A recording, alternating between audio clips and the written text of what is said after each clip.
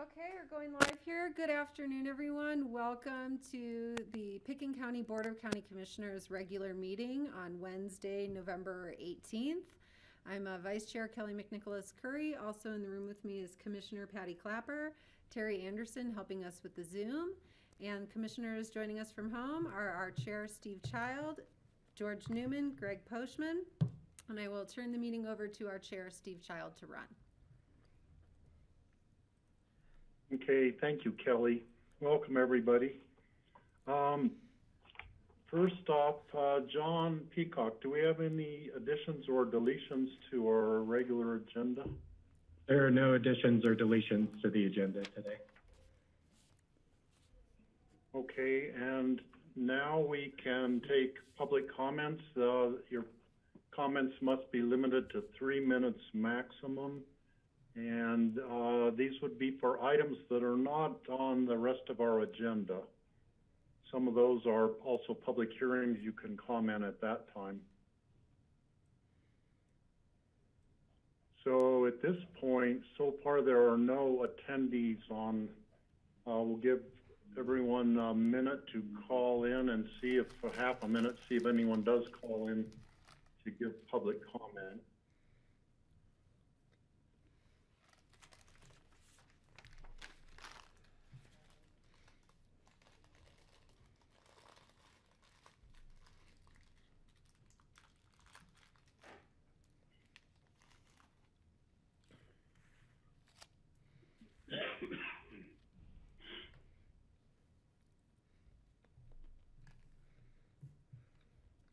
So not seeing anybody calling in, so we'll close the public comment period. Are there any commissioner comments? Greg? Yeah, thanks. You can hear me. Checking out some new headphones. I just wanted to say, yesterday we had an airport discussion, and I wanted to make sure that the staff at the airport here's my appreciation for what I've seen Chris Padilla do in his tenure with us. I know he's leaving soon, but also for Caroline, gave me a tour, and I met staff and took a tour of the airport operations a 3 weeks ago, and I was so impressed, one, by how well they take care of everything, the work they've done on it, the maintenance they've done, the upgrades they've done to make the airport workable for us in the next, through the next season as we move forward on with the airport. Just to see what they were able to do with what we had, at least in the front of the house, was really amazing. And so I just want to make sure they understood my appreciation and how impressed I was with what they accomplished out there. Thanks.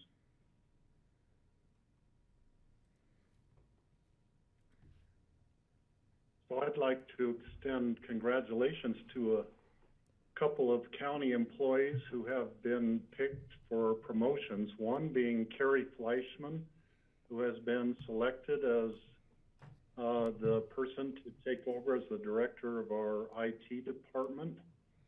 She's done a terrific job over the years being an employee in that department, and I'm pleased that she was the one who won out amongst the finalists for the position. Also, congratulations to Jordana Sabella, who has been picked as the interim director of Director of Public Health, since Karen Kunneman is going to be leaving and moving back to Alaska. So Jordana, wish her good luck. That's going to be tough shoes to fill, being the interim director in this time of the pandemic. We'll give her all the support we can. Kelly and then George. Thanks. Yeah, in the spirit of our congratulations, I want to acknowledge our Solid Waste Center, who is, this is Colorado Recycles Week as designated by the governor, and our Solid Waste Center has the largest proportion of diversion and recycling in the whole state of Colorado. So many appreciations to them for running those programs, and to the community for, the daily diligence that it takes to do what's best for the climate and what's best for the long-term longevity of our landfill by diverting anything that you can, food scraps, recyclables, household materials, etc.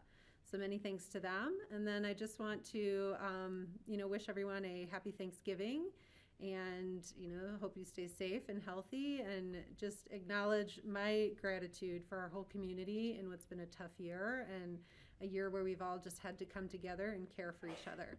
So I'm grateful to this whole board. I'm grateful to the staff of the county, and I'm grateful most of all to all the members of our community. Happy Thanksgiving.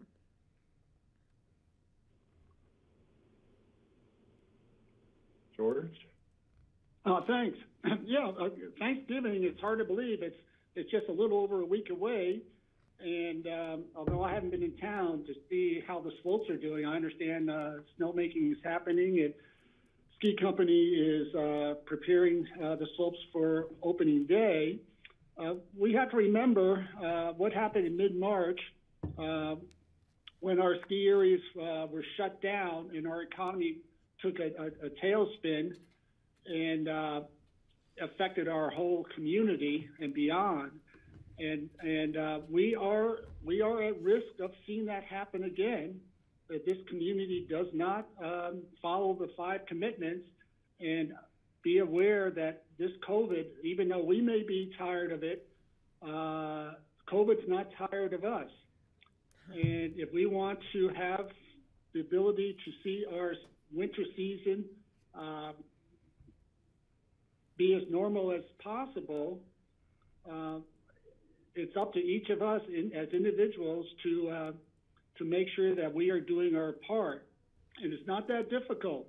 Wearing a mask is not that difficult. It may be a little more difficult in terms of not being able to socialize with all your friends. But the downside is you may not have any friends left because they won't be able to have work available to them. So as we go into the holidays, it's going to be critical that we avoid our large gatherings that we normally do. Keep it within the family. Enjoy your time with your family, and hopefully we'll be able to get our numbers down that are going in the wrong direction for our community as well as the country, and be thankful that we're able to continue to enjoy the outdoors that we have here, that a lot of people throughout the country don't have that ability to get out and enjoy the outdoors. But we need to take care of ourselves. So have a great Thanksgiving, but let's try to ensure that we're able to have a season ahead of us. Thank you. Steve? Patty? Yeah, I too want to extend a happy Thanksgiving to the community, and we do still have so much to be grateful for living in the beautiful place in which we live. But I have a real request of the community. If anybody knows how to Zoom a turkey, would they please let me know? Because I'll probably be home by myself, and I don't think I'm going to cook a turkey for myself. So I was talking to Elaine. If anybody knows any good Zoom Thanksgiving recipes, let me know. I'm getting so good at Zooming that hopefully I can figure out how to do it for Thanksgiving. But everybody stay safe. Please take into account what the community, that public health is asking this community to do in order to move us into a safe holiday season. So thank you, and be safe out there. So this will be my second Thanksgiving this year. I celebrated the Canadian Thanksgiving with a Canadian friend of ours. And I just read a report, a warning from our neighbors to the north. After the Canadian Thanksgiving in October, they had a spike in coronavirus cases because people did not follow the precautions when they were getting together for their celebrations. Their warning to us is, don't let the same thing happen to us, to follow the proper precautions. It's better to just have your Thanksgiving with your immediate family who you're with all the time, and not get together with larger groups of friends and family for this time. If you can all stay healthy, you'll have a lot more holidays to spend together in the future after we get through this pandemic. If you let your guard down and somebody gets sick and dies, this might be your last holiday to spend with a family member. So everybody, please be careful, follow the precautions. Let's have many Thanksgivings and Christmases and whatnot going into the future with our families by being careful this next coming week. So moving on to our consent items, single reading, the minutes of November 4th. Does anyone have any changes or anything for that? Move to approve. I'll second. Okay, George moved to approve, Kelly seconded. All in favor of approval, say aye. Aye. Aye. Aye. Okay. Moving to individual consideration items. These are one reading with no public hearing. The first one is they're actually, both of them are requests for modification of liquor license boundary for extending seating for the Sun Deck restaurant submitted by the Aspen Ski Company. The second one is to extend seating for the Merry-Go-Round restaurant submitted by the Aspen Skiing Company. So we'll have to vote on these one at a time. We'll take first of all the Sun Deck restaurant issue. And Jeanette, are you going to present this? Sure. Hi, everyone. Hi, Jeanette.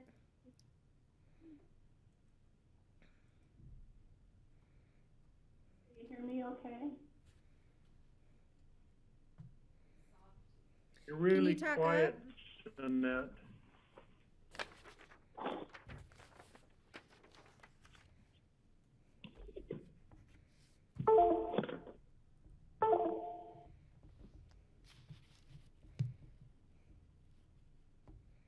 Sorry about that. Is that better?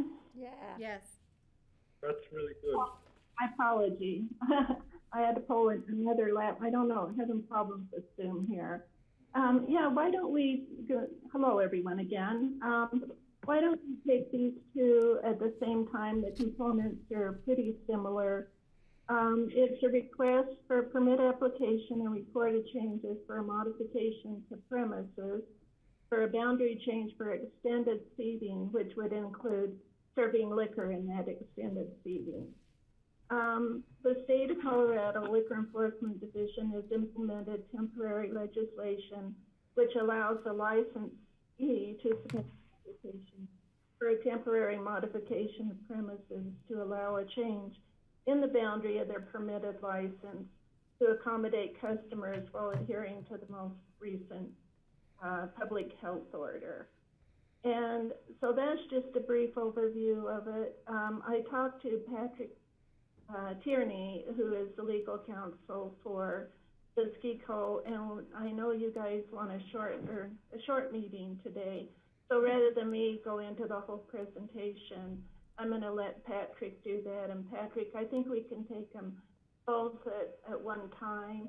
But when we get to the motion, I'm going to do a motion on each application, if that works for you all.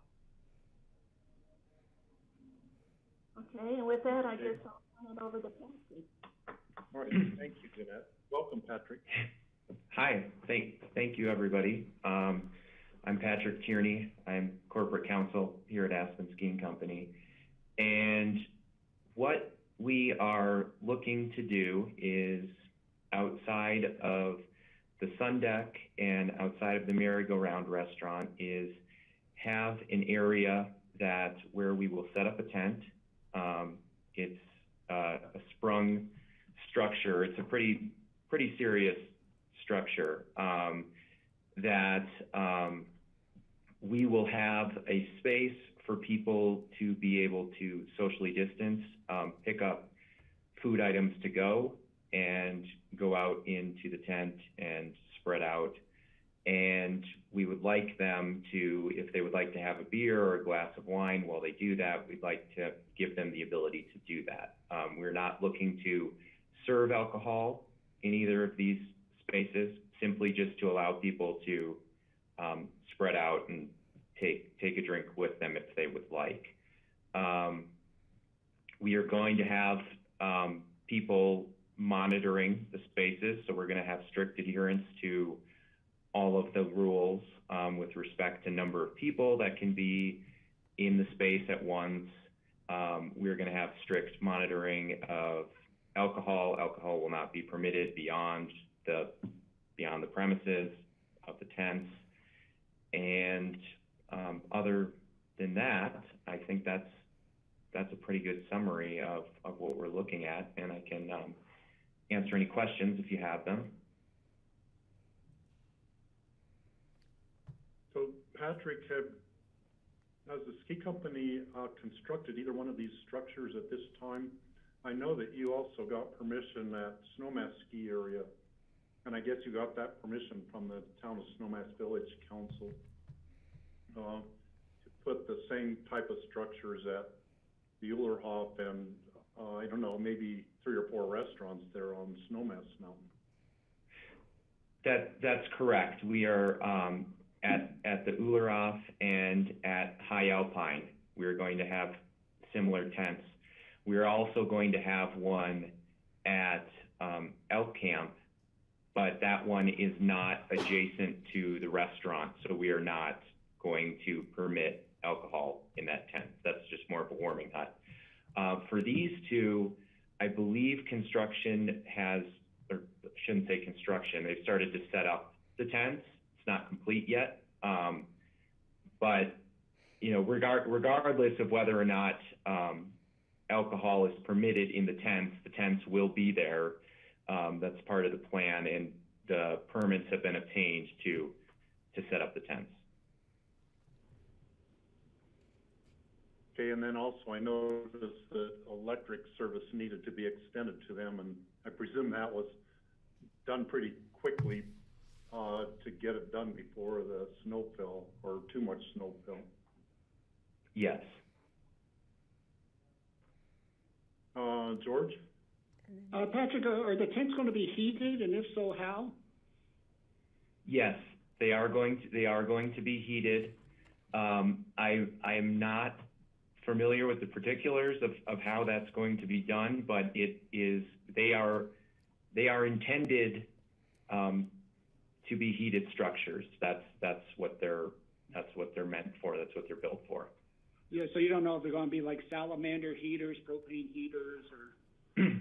I'm not. I can get that information and give it to you if you would like, but I'm not familiar immediately. Yeah, I was just curious how you're going to handle that. Heaters for safety, especially. Yes.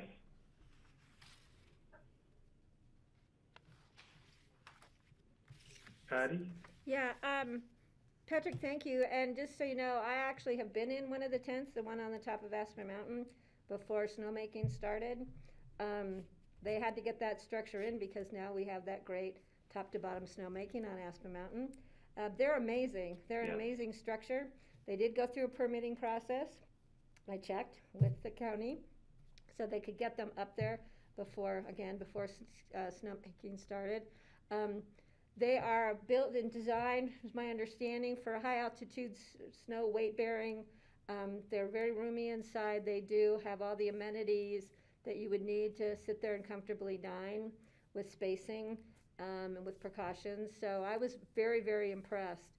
And I think it's a great idea. I think it's great that the ski company jumped ahead on this and got them, in place where they need to be before the snow started flying. So I think approving this to expand for this boundary for people to be able to have a beer or a glass of wine with their meal in these tents is more than appropriate, and something we need to do for the viability of the resort community that we live in. So thank you for bringing it forward, Patrick. Thank you. Greg? Yeah, thanks, Patrick. I agree with Patty and with George also that clearly this is something that has to be done. I'm glad to see you guys jumping into it. Regarding the heating of the tents, We're involved with an organization called CC4CA, it's Colorado Communities for Climate Action. We just had a forum last week with many elected officials and staff regarding best practices for heating, outdoor heating. We all have a climate agenda. It's the foundation of everything else we're looking at here, but the pandemic has turned that on its head. But we're looking at possible ways of maybe using electric heat, for instance, which would be tough, maybe with heat exchangers or something rather than propane heaters everywhere. So I would just say I'm hoping Ski Company with Protect Our Winters and I know your focus on climate would be looking into that, and perhaps you'll come up with something you can share with the rest of us that we could disseminate around the community or around the state as we all look at ways to effectively heat these outdoor spaces. Absolutely, and I will follow up on what we're doing with that and definitely give you that information. So Patrick, getting back to the question of a liquor license, people will have to purchase their liquor inside or at the sun deck and the merry-go-round, then they'll walk outside to get into these tents. Then some of them might want to start skiing and carry their drinks with them, walk out of a tent, put their skis on, and attempt to be drinking and skiing. People probably already try that, but I presume the ski company has a policy about that. Could you describe how you deal with that? I presume you don't want people trying to be drinking while they're skiing. That is absolutely correct. We do not. Our plan is to have people monitoring the entrance and exit, so that if somebody attempts to do that, they will be politely asked to either finish their drink or throw it away. We do deal with this from time to time with our restaurants, and typically we are able to deal with it in a polite and simple manner. But if we have to, we'll clip somebody's pass, or say you're done for the day or for the rest of the year. Okay, thank you. If there are no further questions from the board, we need to have a motion to approve. And first of all, let's do the Sun Deck Restaurant. I'll make a motion to approve a permit application report of changes for modification to premises, boundary change for extended seating submitted by the Aspen Skiing Company at the Sun Deck Restaurant. I'll second that. Okay, moved by Patty, seconded by Greg. Is there further discussion? Seeing none, all in favor say aye. Aye. Aye. Aye. Okay, Kelly? Sorry, I just have a question. Well, I note that the Cliff House and Bumps are not asking for similar extensions. Are those restaurants operating as is? Those restaurants will be operating as is, yes. Okay, thank you. So Steve, I'll make a motion to approve a permit application and report of changes for a modification to premises, boundary change for extended seating submitted by the Aspen Skiing Company at the Merry-Go-Round Restaurant. I'll second. Okay, moved by Patty, seconded by Kelly. Is there any further discussion? Seeing none, all in favor say aye. Aye. Aye. Aye. Okay, Thank you. you are approved, Patrick. Thank you for coming to us today. Good luck with this coming ski season. We hope we can keep it open for the duration this year and have it be as successful as possible given the circumstances. I think we can do it if we all work together. So thank you very much.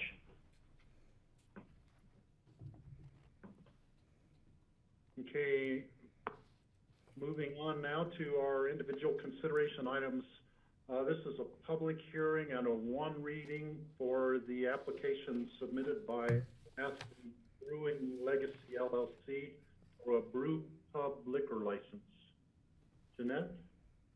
Thank you. And as you said, Steve, this is an application for a new pub liquor license submitted by Aspen Brewing Legacy, that's a tongue twister, LLC. And joining us today is Robert Runco. He's legal counsel for the applicant. And I believe Don Bryant, one of the applicants, are joining us today. I'll give a brief overview like I did with the state company, and then I'm going to turn it over to Robert for him to give his presentation and answer any questions they have. The Aspen Brewing Company will manufacture malt liquors on its premises, and it will also sell the malt liquor to independent wholesalers to the public for off-premises consumption. There will be no sales of on-premises or no food sales. The commissioners first heard this at their August 26th meeting, and Commissioner McNicholas asked that the applicant provide a more detailed parking plan, a COVID-19 compliance plan, and amended petition signed by more residents in the surrounding area. And I think Mr. Runco can respond to that. I believe he's spent some time with his client to get those additional signatures and to ensure that they were closer to the premises that they're requesting to be licensed. So at the time of the packet preparation for September 23rd, that this item was continued to, we were still looking or waiting to receive the fingerprints and the background checks from a couple of the clients. Since then, we have received that. And I will, at this point, I'll turn it over to Mr. Runco for his presentation and to answer any further questions. Thank you, Ms. Jones. I realize, the commissioners, you have a tight schedule today, so I'll try and keep this short. We spoke about most of this at the August hearing. This has been a brewery that has been operating for 12 years at this location. Again, we want to reiterate that no changes are occurring in terms of their operations. This is just a change in the class of license only. I know we discussed at the last hearing potentially adding a kitchen in the future and having some on-site consumption. Obviously, due to market conditions with COVID and everything like that, that is off the table at this point. That may be something that's revisited in the future, but nowhere in the near future. So we don't need to address any on-premise issues there. We did go and re-petition the neighborhood. I believe you should have those petitions in your packet. The result of those, between the initial petitions and the follow-up petitions, we have 23 signatures from parties in interest under the statute. Of those, 19 are qualified residents of the neighborhood, and 4 are owners and managers of businesses in the neighborhood. Again, all of those are qualified parties of interest for petitioning under the Colorado Liquor Code.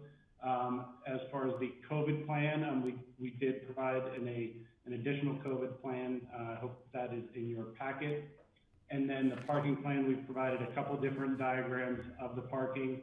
This building has 2 businesses that operate in the business, or in the building, sorry. And there are 10 parking spaces outside of the business designated for those tenants.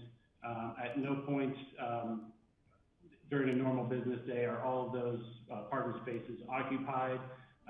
Neither business has enough people working in them at any point to have more than those 10 people. If for some reason deliveries are being made or those types of things are being made and parking spaces are blocked, there is overflow parking on the street for all of the businesses in in the neighborhood. And I believe, like we said, no additional patrons coming into the business at this point. This is still the same operation. No additional traffic should be coming into the business. With that, we'll open it up to any other questions.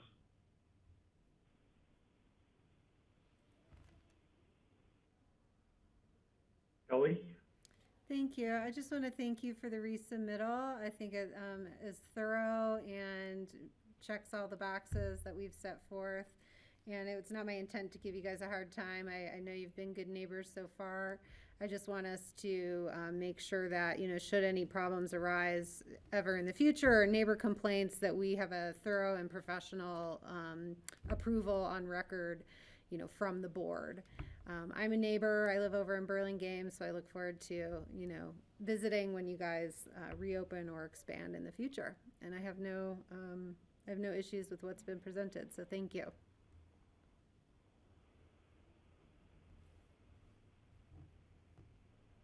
So, Mr. Runco, what is the reason why, was there a change in the business ownership or something, and that's why you needed to reapply for the permit? Yes. There's been a change in ownership of the licensee, and the owners have interest in other retail class licenses. And under Colorado Liquor Code, they're prohibited ownership interest between manufacturing and retail. So by converting to a brew pub license, this gets them all on the same class of ownership. Okay. Are there further questions for the applicants from the commissioners? Okay, I'm going to open up the public hearing. If there are any members of the public who wish to comment on this application, now is your opportunity to do it. The only attendee I see at this point is for one of the later things on our agenda. But if someone wishes to call in, the number is shown on the grassroots screen. Number 669-900-6833. Then there's a webinar. I think the webinar ID needs to be put in also. 811-8995-6470. And we'll give a half a minute and see if anyone does phone in to make a comment on this application.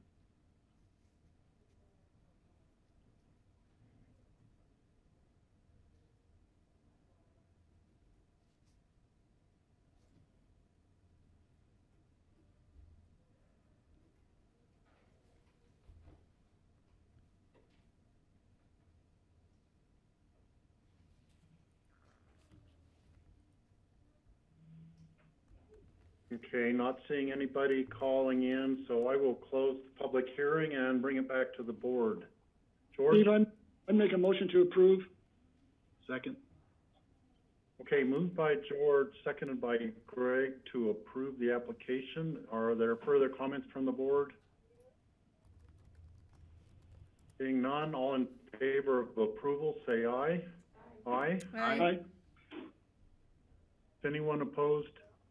I can't see if Patty votes or not. I said aye. Okay, you have approval, unanimous approval. So good luck on, keeping the business going there. Good luck with it. Thank you very much. Thank you. Okay. Thank you, everybody. Thank you. Thanks, Jeanette. So, See ya. okay, moving on to our next item. This is a individual consideration item, public hearing. These are the second readings. The first one is an ordinance approving and accepting the Music Associates of Aspen, Inc., Lot 2, Castle Creek Recreation and Access Easement. The second one is related. It's an ordinance dealing with the Ore Cart Trail easement on the same property. So, Paul Holsinger, there you are. Your picture's already up. So I'll hand it over to Paul Holsinger. Thanks, Steve. And yeah, you got that absolutely correct. The next two items are joint. So I'll talk about both of them as one item here. And again, my name is Paul Holsinger. I'm the Agriculture and Conservation Easement Administrator for Pickens County Open Space and Trails. And I'm going to share my screen here to bring up a map. And just bear with me. Let's see.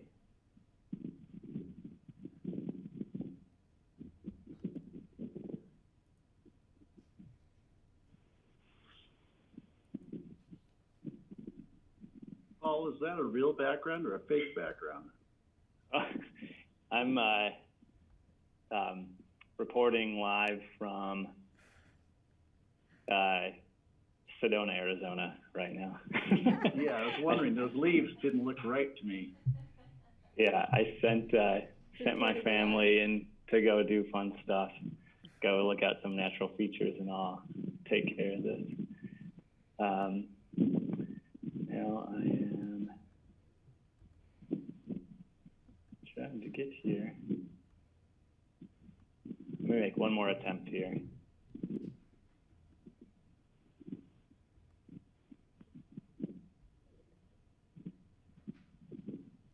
Let me describe this property while I try this again here. Is this the satellite image with the easements on it in the packet, page 89? Yeah, packet page 89. I guess if Andrew can bring it up on the screen, that would work as well. But this property sits right next to the Aspen Country Day School and the music school. And it has some water frontage on the Castle Creek. And it's got some really nice amenities that have been offered to us through the growth management quota system. The two things that we're accepting right now, since the GMQS application has been approved by everybody. Oh, thank you, Kelly. Yeah, perfect. As you can see on Kelly's map there, there's actually three things that we've been offered, and Open Space and Trails is happy to accept and manage. If we start at the left hand of the screen there's a driveway that comes off of Castle Creek Road, which is that paved drive there. It's an access easement down that driveway to the creek, and also just north of it on the curve, there's going to be some dedicated parking for kayakers to access the creek and float that, which they do in spring. So that's one thing. Also in the creek there, we're asking for a recreation and access easement, which will no doubt be used by anglers in the area and for whoever else wants to get their feet wet and walk up and down the creek. The second item that we requested was a trail easement on that west side, or the east side there on the right. And it kind of flares at both ends to capture what Steve described as that ore cart trail. It's also an old flume that we talked about at our last meeting.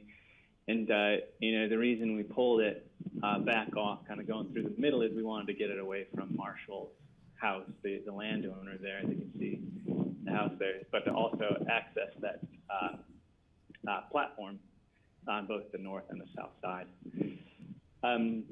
Open Space is happy where we landed with this. This was approved by the Open Space and Trails Board 4-1. The only dissenting member was only dissented because he wanted more access for more amenities, but everybody else was happy with what we got. And if you guys have any other questions, I'd be happy to answer them for you, or if the public does as well. Well, let's see, questions from the board. I think we took a good look at this before. I've got my hand up.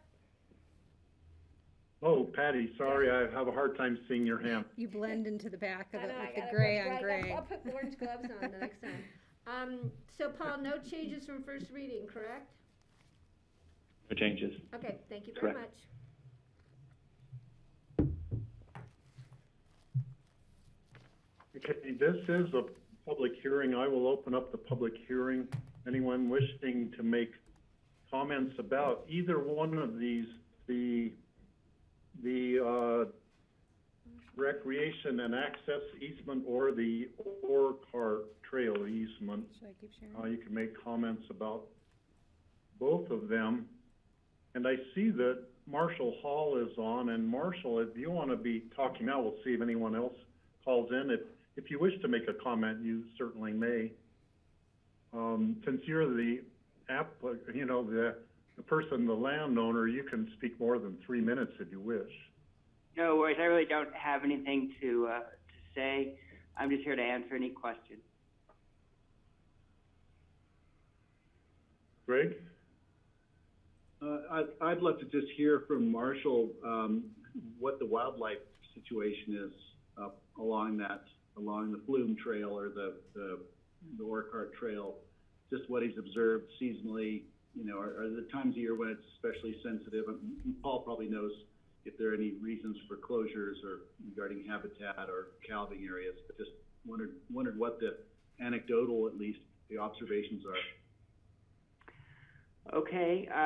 Basically, we're most likely to see elk, particularly on our property, pretty much towards the end of this month. They tend to cross over from the backside of Aspen Mountain to the backside of Aspen Highlands.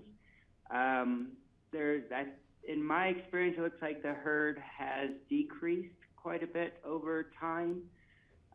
Used to see it quite a bit. Sometimes they would even, in the wintertime, would come around and you could actually see them from town, but that hasn't happened probably in 10 years or so. But the ones that are here seem to be very happy, and they do winter a bit on this side, but mostly on the other side of the valley. Great, thank you.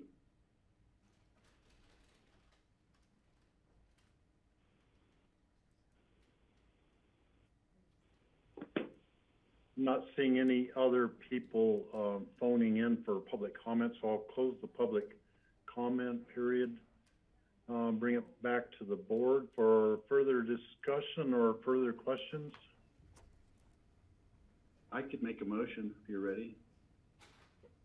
I'd like to move that we approve and accept Music Associates of Aspen Lot 2 Castle Creek Recreation and Access Easement. Second. Okay, moved by Greg, seconded by George. Is there any further discussion? All in favor of approval of this first one, say aye. Aye. Aye. Aye. Aye. Okay, thank you. And then we'll need a second motion for the Orcart Trail easement. So moved. Second. Okay, moved by Greg, seconded by George. Is there further discussion on this one? Seeing none, all in favor say aye. Aye. Aye? Aye. Okay.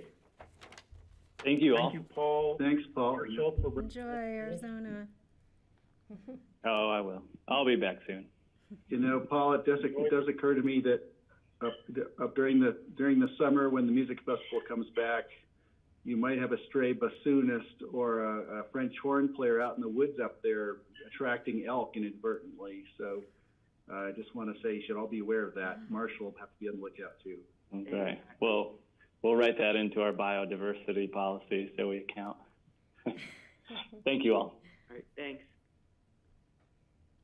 Thanks, Paul. Moving to our next item. This is an ordinance of the board accepting a conservation easement and restrictive covenant from Sunfire Ranch. This has been asked to be continued until December 2nd. let's see, I don't see any staff unless John Ely knows about. I'm curious why this is being moved forward, why we can't do it today. Steve, I don't have a complete understanding of the concern, but I know the project and the easement are still on track. The anticipation is to conclude the matter at the next meeting.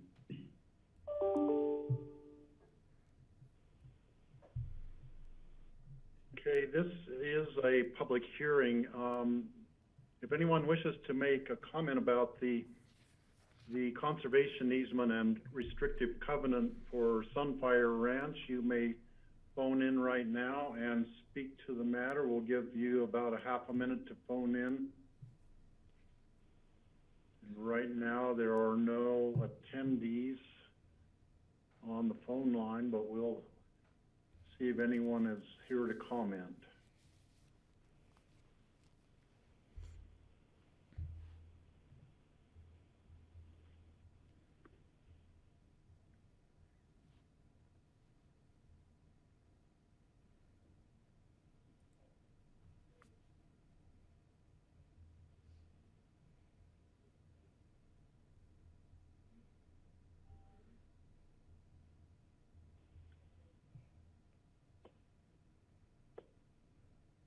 Okay, not seeing anyone phoning in. Bring it back to the board for further discussion or a motion to continue to December 2nd. I'll move to continue the ordinance of the BOCC accepting a conservation easement and restrictive covenant from Sunfire Ranch to continue this public hearing and second reading to December 2nd, 2020. I'll second. Okay, moved by Kelly, seconded by Greg. All in favor of continuing this December 2nd, say aye. Aye. Aye. Okay, we will see that matter after Thanksgiving. I just realized December 2nd, that's right when the CCI meeting is, but I don't know, those are all Zoom meetings. I'd have to look at the schedule. I'll have to skip CCI maybe if there is a Zoom meeting right then. Next up on the agenda is resolution amending regulation number 146-2005 and approving and amending intergovernmental agreement with the city of Aspen concerning ownership and operation of the Cheryl and Sam Wiley Animal Shelter. And Rich Engelhardt, hand it over to you. Good, thank you, Mr. Chair. Commissioners, Rich Engelhardt, Deputy County Manager. What you have in front of you is staff's request to adopt a resolution amending resolution number 146-2005 and approving an amended intergovernmental agreement with the city of Aspen concerning ownership and operation of the animal shelter and authorizes the chair to sign the resolution upon satisfaction of the county attorney as to form, execute any other associated documents necessary to complete this matter. So this was an amendment to a resolution that was performed back in 2005. We presented this in work session and again went over the details in the first reading. And so this is a public hearing to adopt that. I would state that there's no changes other than a couple. Thank you, Mr. Chair, for bringing this to our attention. We had a misspelling of the last name, and then the attachment designation was mislabeled, but it has all been corrected now. So other than that, I think it's ready for adoption.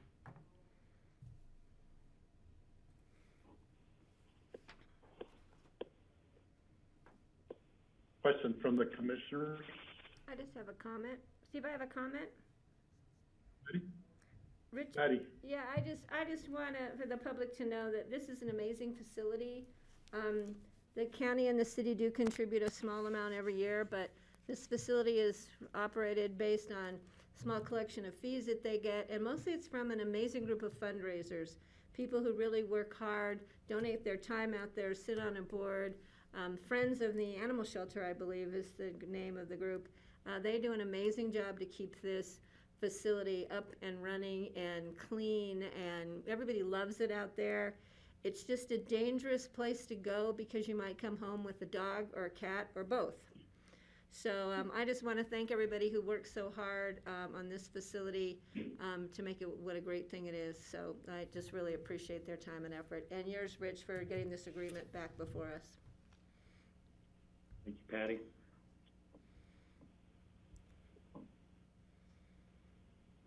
Okay, thanks, Patty. This is a public hearing. If anyone from the public wishes to make a comment about this resolution, about the animal shelter, you may phone in now. The phone number is on the grassroots screen. Also, it's on our agenda near the middle of the first page of the agenda. So we'll give a half a minute and see if anyone phones in. At this point, there are no other attendees besides the panelists we have on the screen.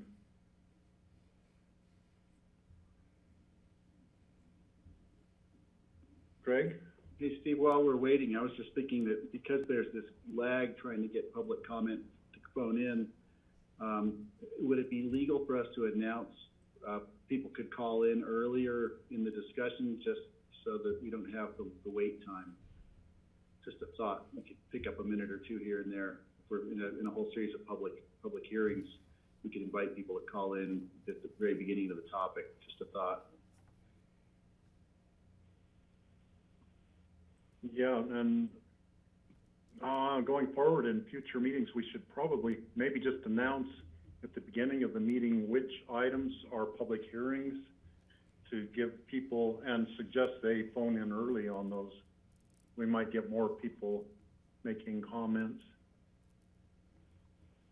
Not seeing anybody phoning in right now, so I will close the public hearing on this matter and bring it back to the board for a motion or further discussion. I'll make a motion that we approve the amended intergovernmental agreement with the City of Aspen concerning ownership and operation of the Cheryl and Sam Wiley Animal Shelter. I'll second. Who seconded? I did. Patty. Oh, Kelly. Okay. Kelly. Patty seconded. I the seconded. gray lady Remember over me? here. I'm the one over here in the corner. I saw Patty's hand move and Kelly's eyes move.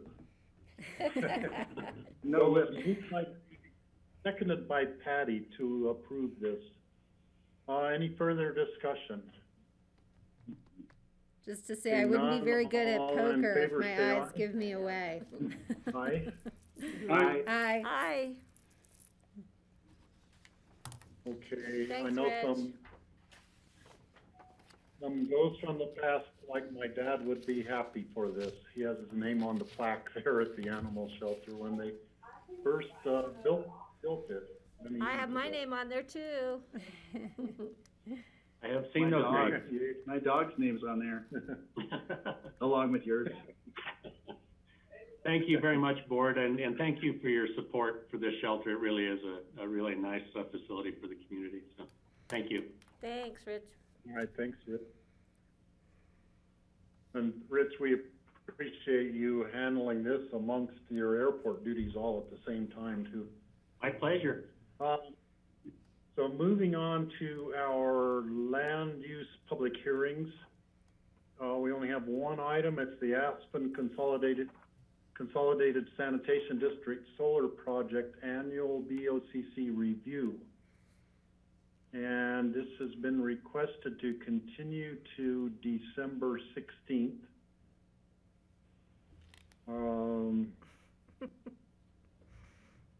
Don't have anybody here from community development, but this is a public hearing.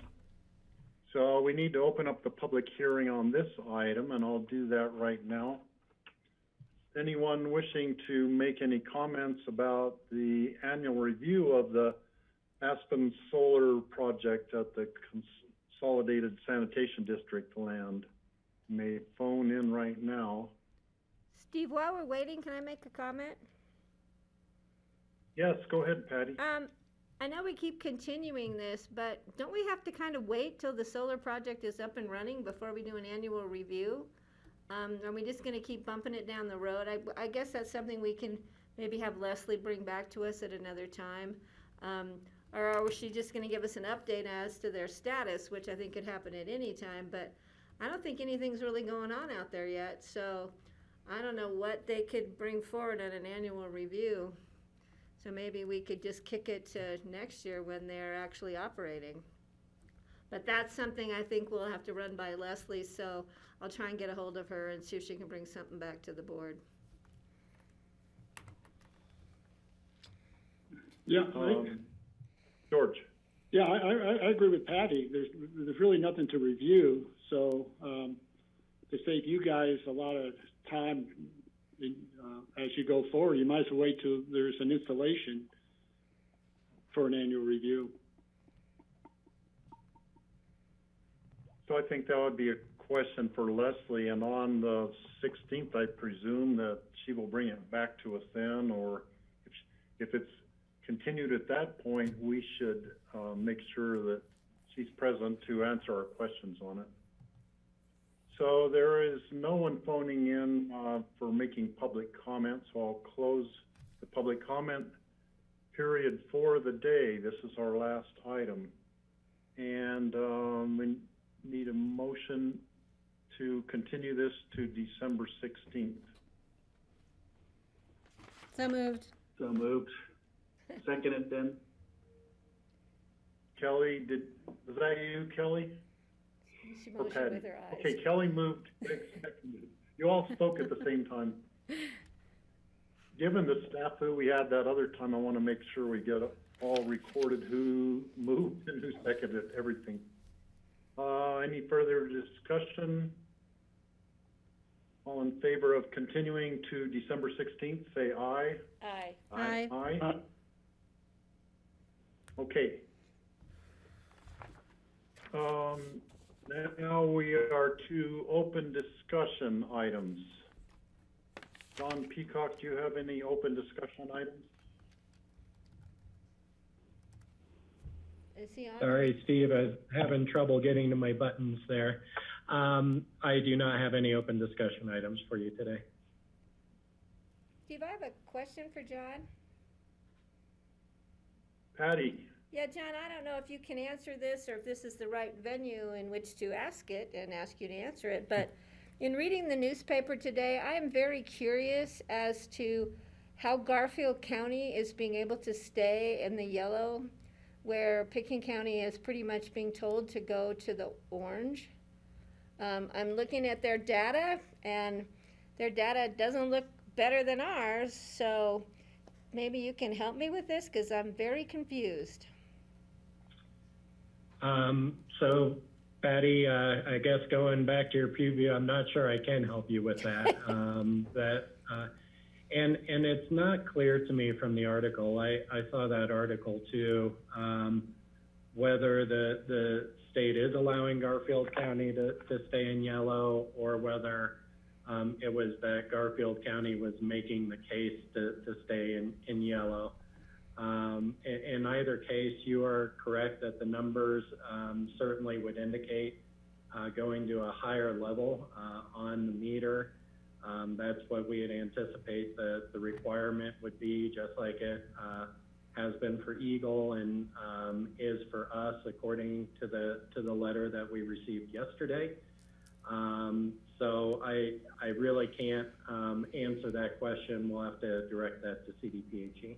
Okay, well, I'm hoping that prior to, I mean, for me, it'd be nice to have that information prior to tomorrow's Board of Health meeting, because if we're looking at doing something more or whatever, it's nice to know what our direct neighbor, who so many of our workers and, you know, folks travel from Garfield County into Pickens County, you know, that's really critical that we have some level playing field here. We've been talking about it for so long, trying to work together as a valley and as a region.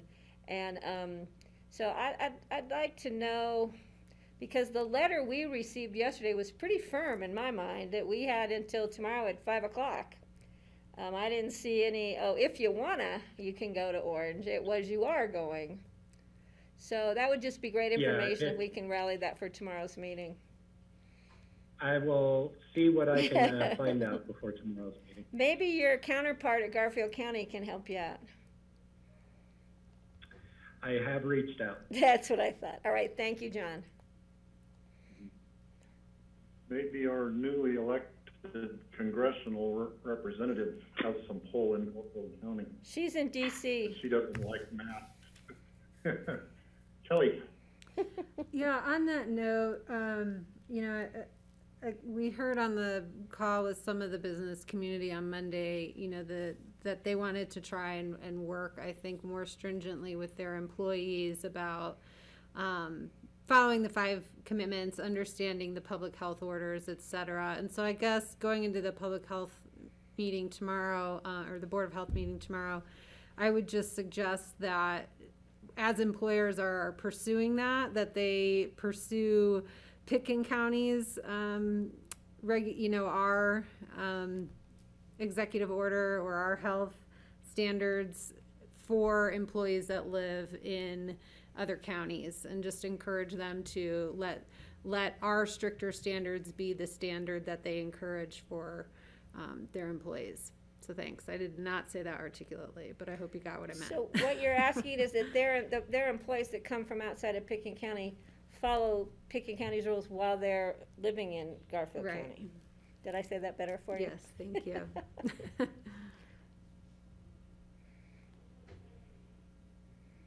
Never hurts to ask.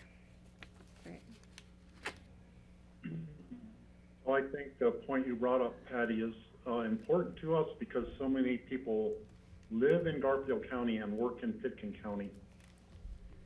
And if they are following different guidelines while they are at home and forget to change their modes when they're coming up to work, that could be bothersome to us. Kelly? Yeah, I do have another open discussion item if we're ready to move on. Yeah, okay. Yeah, go ahead. Okay, so I just wanted to bring to you items around APSHA and topics that are going to be discussed at APSHA, and we can do maybe a little brainstorming now since we have a few minutes, or you know, I think there will continue to be opportunities. But what APSHA is trying to do in putting together a work plan is look at regulation topics for discussion and update. Some of these have been board or have been staff generated. When they look through the regulations, they see either some conflicts or they see opportunities to strengthen the regulations, to either make them more fair for applicants or to maximize utilization of of each unit in the program. And so I just wanted to run these by you and then see if there are any that are obvious to you that are missing from the list, and obviously encourage you as you're thinking of the housing concerns and APSHA concerns over time to pass those along. Any other policy issues that you think that APSHA should address. So the things that are being debated, and again, this is the conversation around, are these policies that we think are important, are crucial to deliberate and create a public input process around to strengthen APSHA's program. So capital reserves is high on that list. Should APSHA update the length of employment required before retirement? So should a retiree have to work more than 4 years in order to retire in their unit? Should the ownership exclusion zone be expanded beyond the surrounding counties that it includes? Discussions about right sizing, that's a bit nebulous, but again, I think that topic would get around the conversation of, what opportunities are there to maximize utilization of units in the program. Should APSHA update the transfer of an ownership policy to a child or a sibling? So if someone who's owned a unit in APSHA, should the child that would be inheriting this unit have to comply with APSHA guidelines, and under what, what does that look like? Let's see. With regards to parents who share custody of a child, who both have, who could both qualify for APSHA units, should the number of days that a year that a parent has custody be changed to allow that second parent to have enough bedrooms to house all their children? Right now, that's not how the program is structured. Should APSHA create a minimum salary specific to ownership units? And this acknowledges that there's more costs related to ownership than to renting. And where is work? How does work, the location of work, get defined?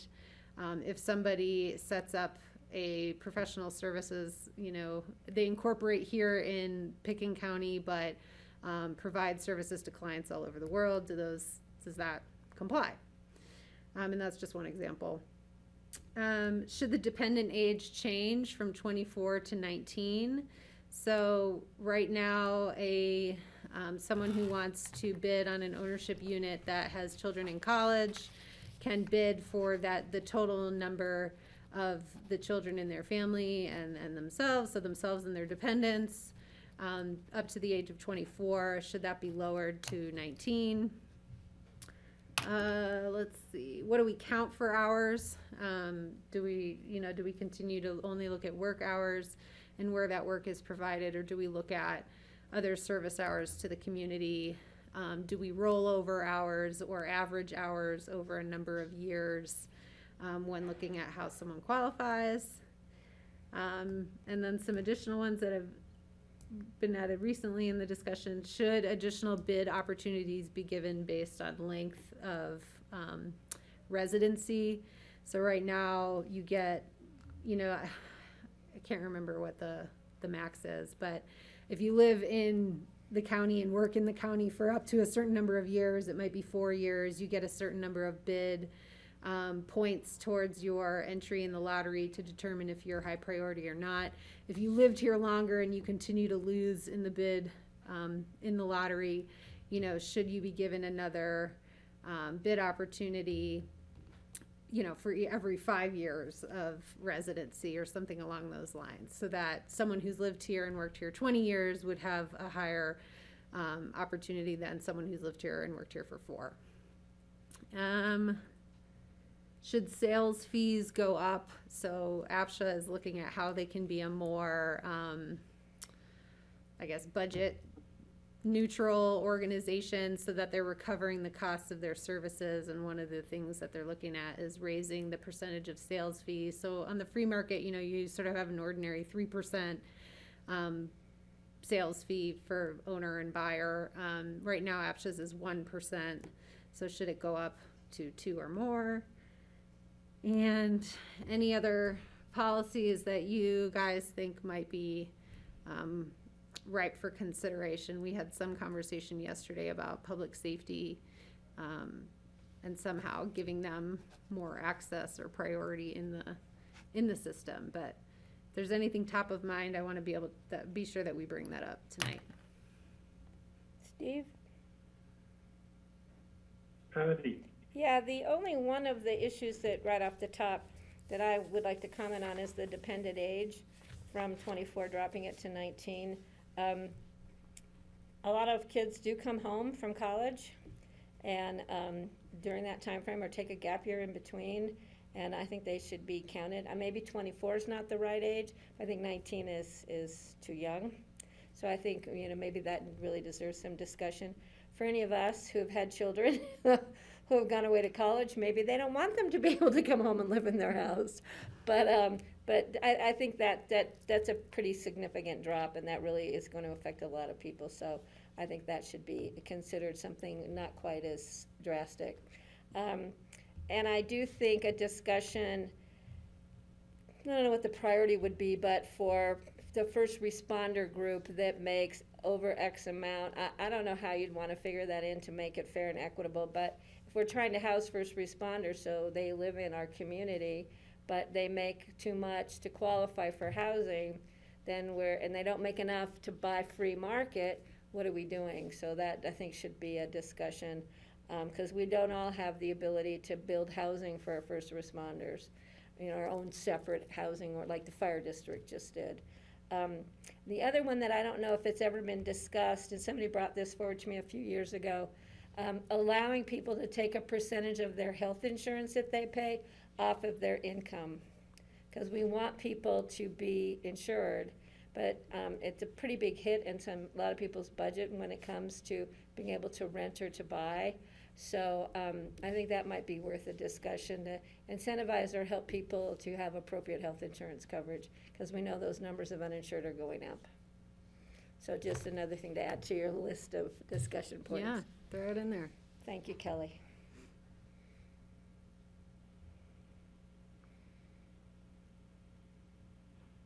So I would agree with Patty on the dropping the age, not to age 19, but perhaps to the age of 21, when they would legally become full adults at that point in all respects, I believe. And a lot of college students still, they're still in college at age 21 if they go through 4 years after high school. The one about the inheriting it from their parents, I think that would only work if the children qualified for, where they were working in the community and qualified for APSHA. I think that would be the only case I would see that they could inherit the unit from their parents. And I don't know, there'd have to be a mechanism set up for that to expedite that transfer. Man, you brought up so many good points, Kelly. I had one other one to comment on. I will think of it in the meantime. Yeah, and you'll have more opportunities than this, so no worries. Yeah, looking at, oh, go ahead, Greg.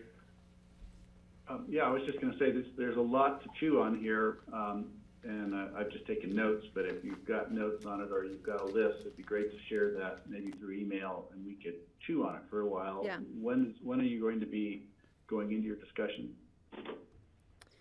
So we're having a discussion tonight about the work plan for the next year. These it is unlikely all of these will be tackled next year, because they will require, going out to the public and seeking input and all of that. So this is just sort of the list to prioritize which ones to tackle, and I'll continue to come back and seek input as those policy conversations develop.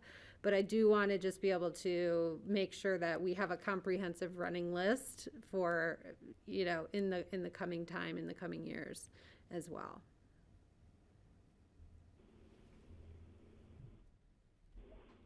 I did think of the other thing I was going to bring up, and it would be a way to prioritize first responders, for instance, or also if people have applied over and over and over again and they never win the lottery, they get very frustrated.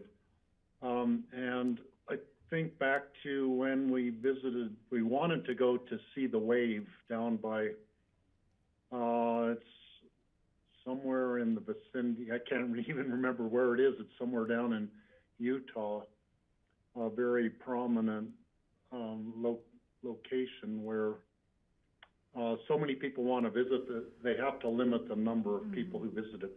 And every morning they have a drawing amongst the people who applied to go. And they just have your name in a hat and they pull your name out. Well, if you're there for 5 days in a row, every day you don't get drawn, they put your name in. The next day you'd have your 2 names of your name in there to be drawn. It would double or increase your chances of getting drawn the next day. APSHA could actually do a similar process to that. And I would see that if someone is a first responder, a firefighter or a police officer or EMT or, you know, whatever positions are described as being first responder, maybe even public school teacher would be ones who would get their name in the drawing twice instead of just once, might be the way to do it. If someone has applied and not been picked for a certain number of years, they would then qualify to have two of their name put into a drawing.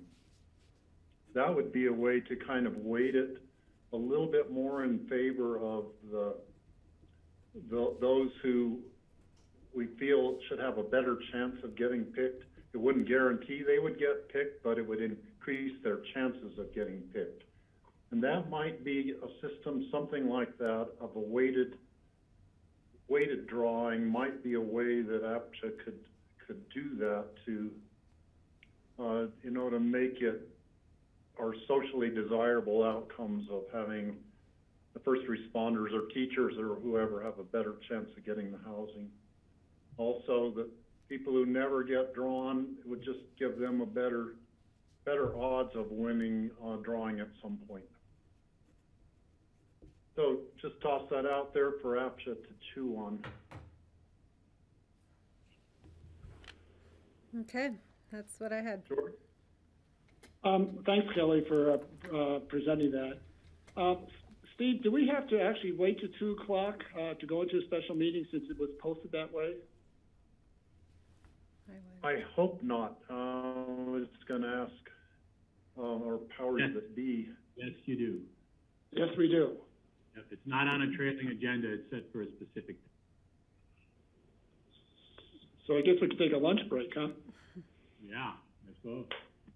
And dinner and breakfast.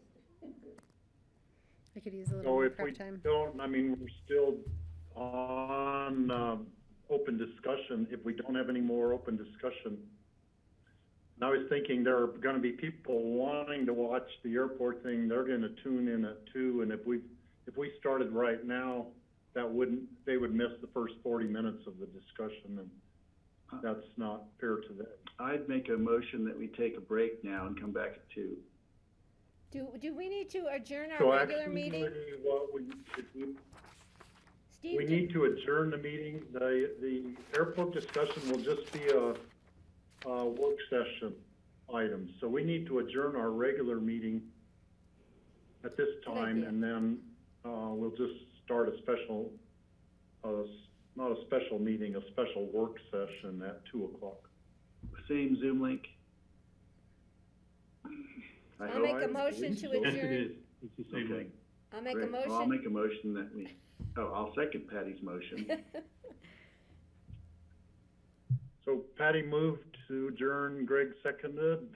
All in favor of adjourning the regular meeting, say aye. Aye. Aye. Aye.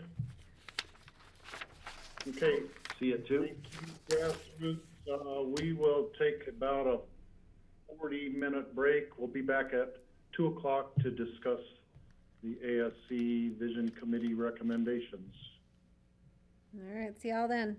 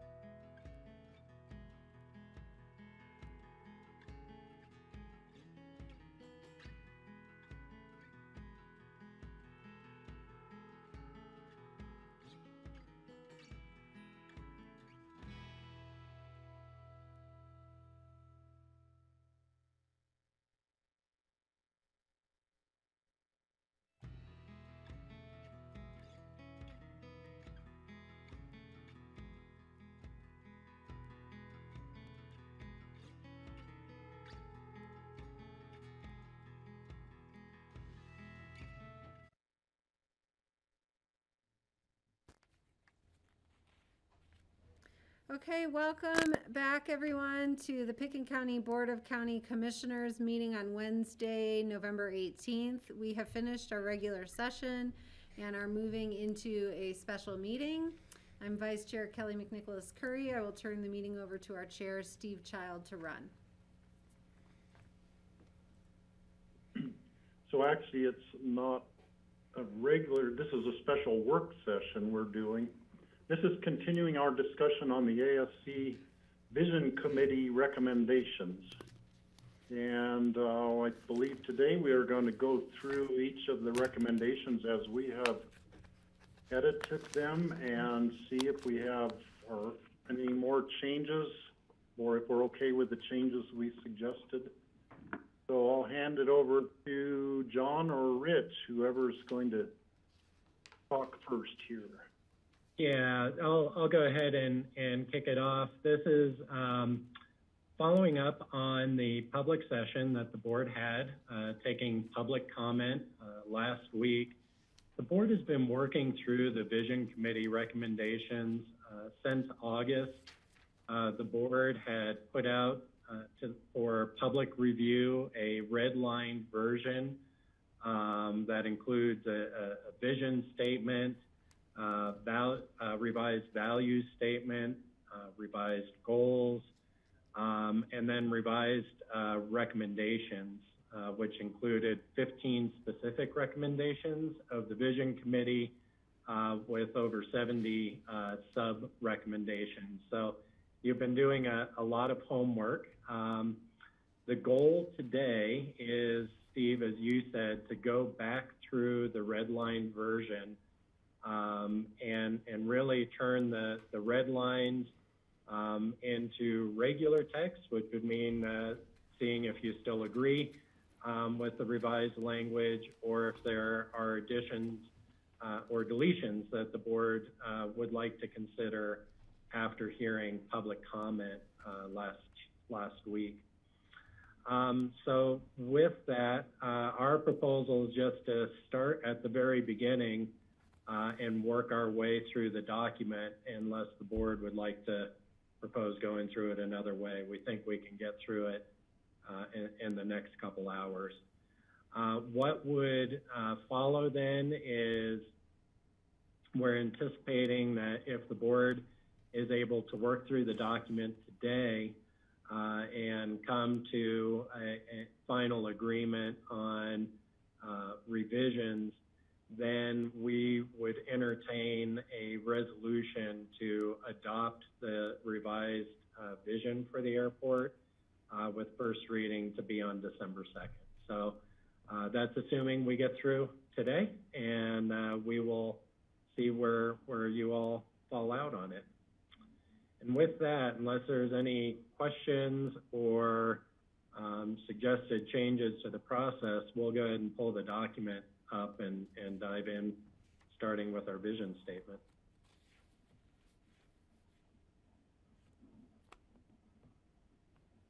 Are you able to see that?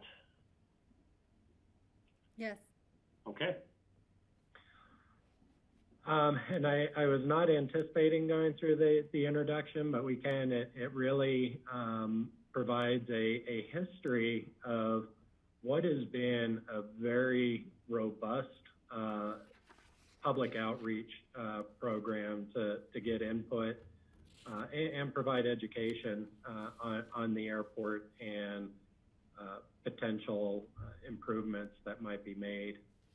I don't know if the board wanted to revisit any of the language in the introduction. We'll just do a check-in there.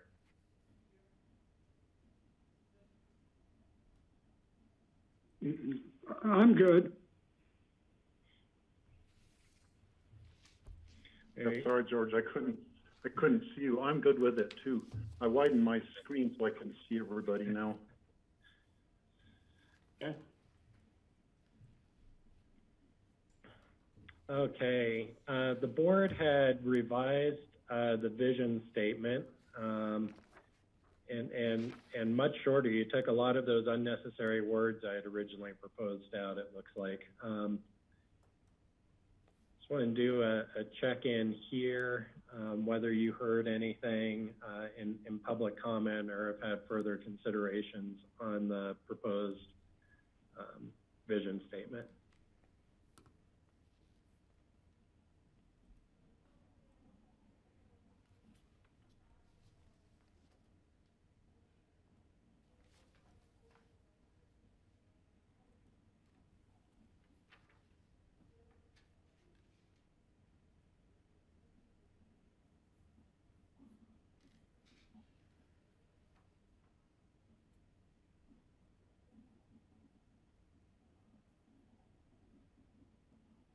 I'm good with the way it's written.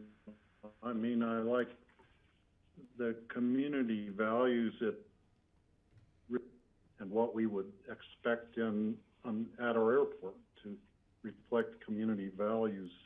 I think this does it very well personally.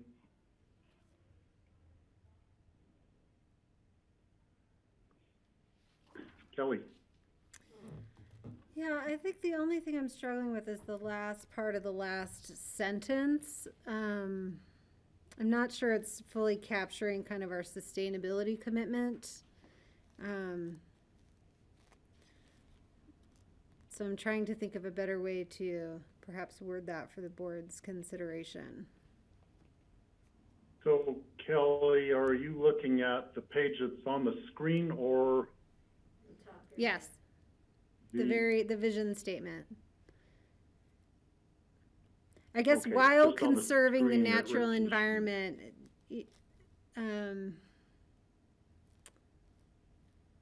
I don't know.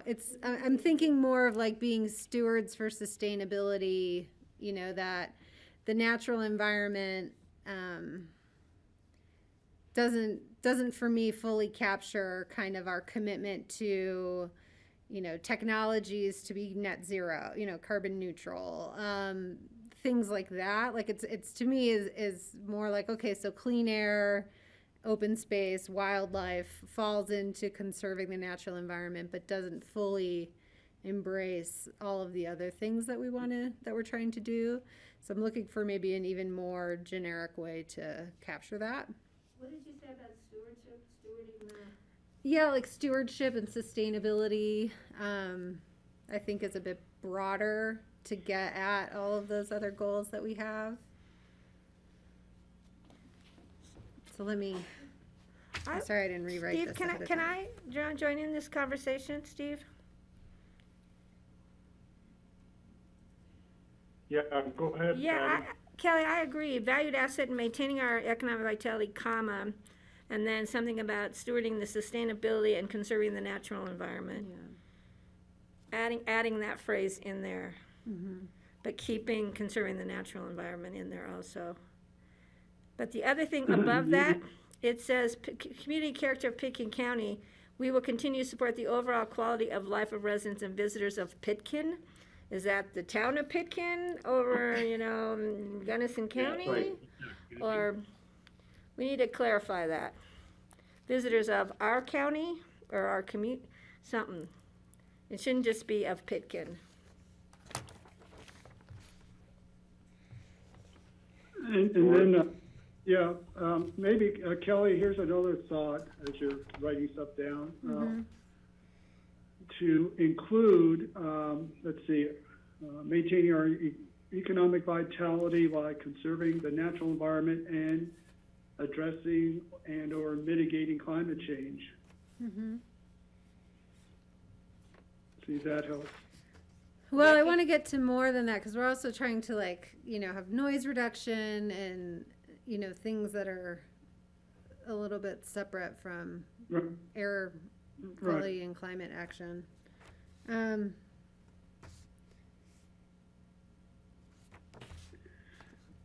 don't want to hold us up too much. Maybe I can try and scribble let something. Kelly and work work could that back. It's been hours worth reading a vision statement, as we all know. Yeah. But we need to have something actually after the visitors of Pitkin. It needs to be visitors of our county or something.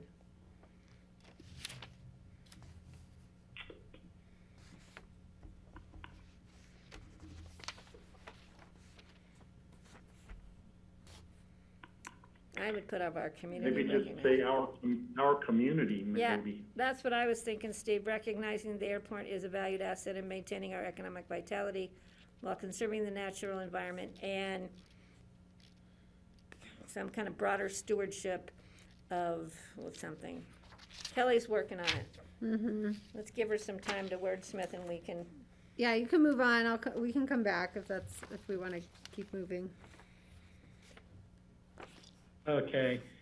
In the values statement, the community values, the board made some fairly small but important recommendations. Under environmental responsibility, water quality was added. Under economic vitality in the first bullet point, and our community was added. I know we have more values. I don't think there were any more red lines. Those were the only changes in the community values. So would look for feedback from the board if there was anything that you heard during the public comments or have thought of since last time we reviewed these for changes.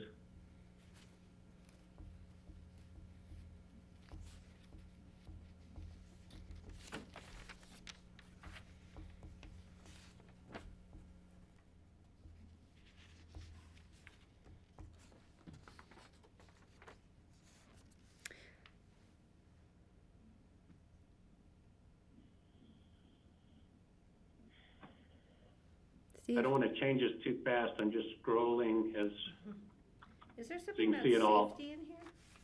Kelly, go ahead and jump in. You know, I'm looking down at my papers instead of at the screen. So, Yeah, no, it's tough for you. I get it. Go ahead and jump in. Yeah, I would offer under community character that we delete the bullet that says small is important, don't build it too big, or we combine that with the last bullet, which says just big enough and right-sized. They're a bit duplicative.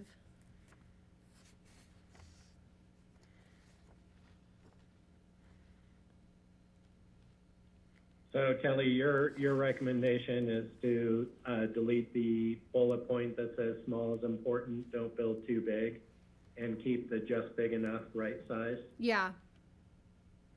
I agree, because then you So have we'll look reasonable growth, modest expansion also in there. And Patty, it sounds like you were in agreement with that. Yeah.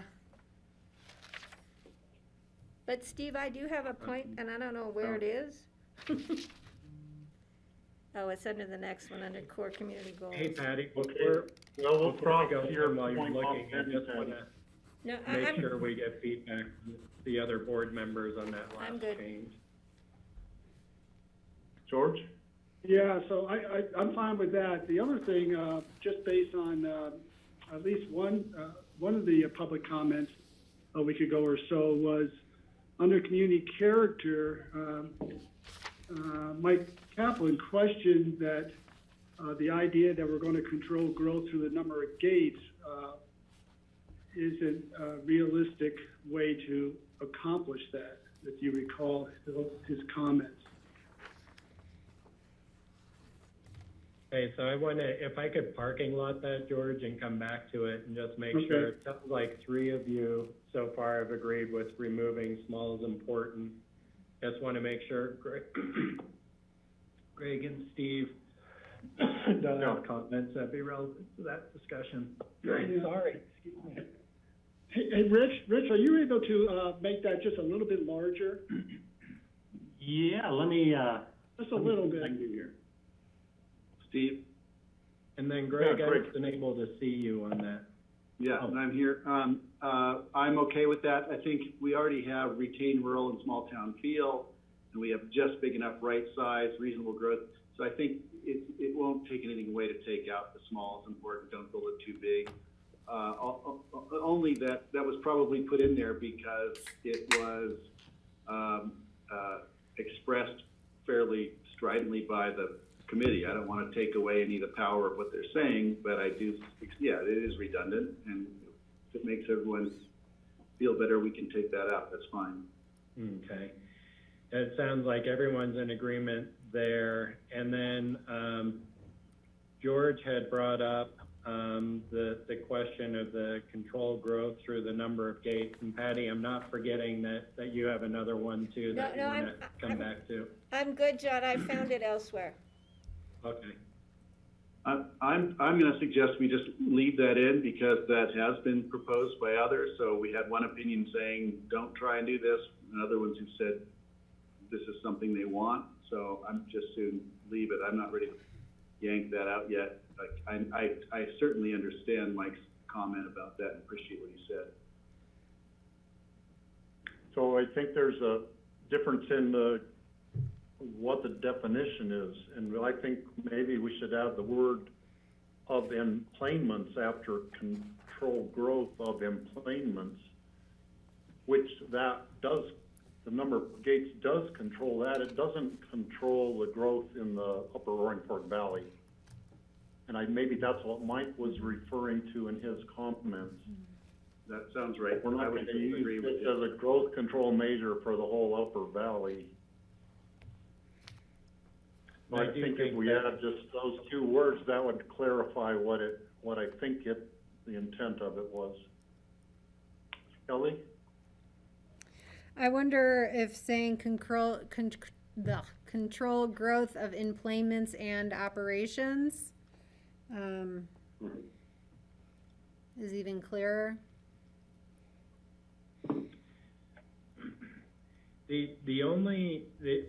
So Kelly, the only thing is through the vision process, there was analysis around how gates affect the number of emplanements, but not necessarily the number of operations. It would affect potentially the number of operations of commercial.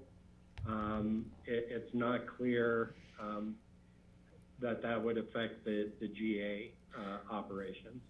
Well, but so then there was a recommendation that we have a spacing of aircraft. Yeah, so that wouldn't necessarily, I guess that would fall under the et cetera there, so it wouldn't necessarily be related to gates. That is spacing the distance that's required between aircrafts on landing, the separations there. Mm-hmm. Right. I guess I would, my question is does that get at controlling the growth of operations? That would change the number of operations that the airport would be capable of having in a day, yes. Okay. So to me, it seems consistent because that was a recommendation further down in our goals that we could say control growth of emplanements and operations. Okay.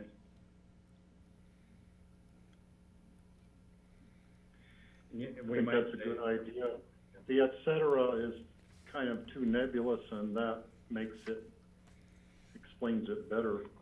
I think some of it was purposely, I'll just, be honest, it was purposely left vague there, partly because of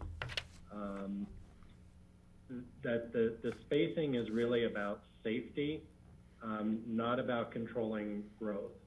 So we couldn't do the spacing as a growth control. That's prohibited under the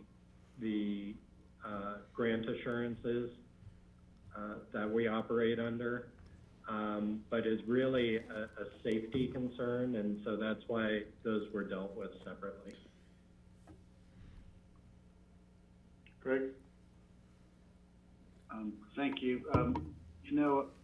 This kind of makes me want to ask, do we have the same mechanism if we think we're going to control a certain amount of emplanement numbers by regulating the number of gates?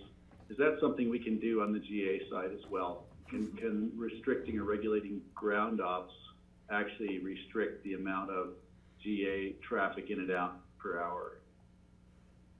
It's probably been discussed. I just haven't heard it here, and we're looking at a terminal question right here with community character, but I'm also saying, looking at our FBO, in the future, is that something that is that a regulating mechanism for GA employments as well, or GA traffic in and out?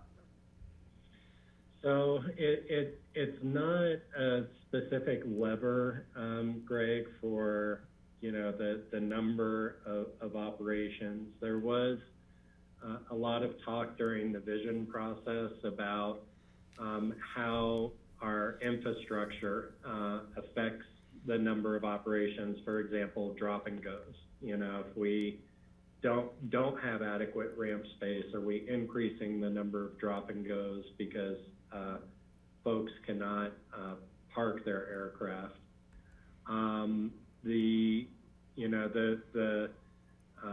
We are working under grant assurances that says, yeah, we will use the airport lands and such for aviation purposes, and they do look at, you know, are we adequately accounting for demand as we do airport layout plans and such. And so certainly that was all taken into account as the Vision Committee made recommendations. And it's actually part of the reason the west side, there's that hold for potential future ramp expansion if further analysis shows that that would reduce the number of drop and goes on peak days.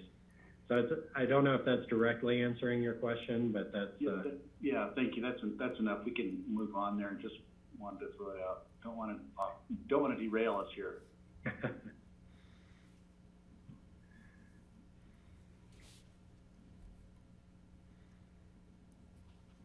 Okay, anything else under community character? We have some additions on the second to last bullet point, as well as the elimination of small is important, don't build it too big. Are we ready to move on to economic vitality? Mm-hmm. George, is that big enough now?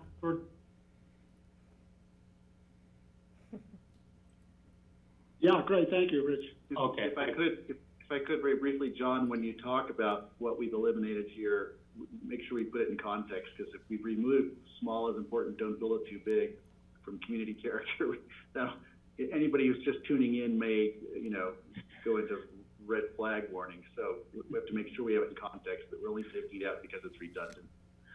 Greg, thank you very much for that clarification. Yes, that is correct. Under economic vitality, the board had the addition of and our community. Yep.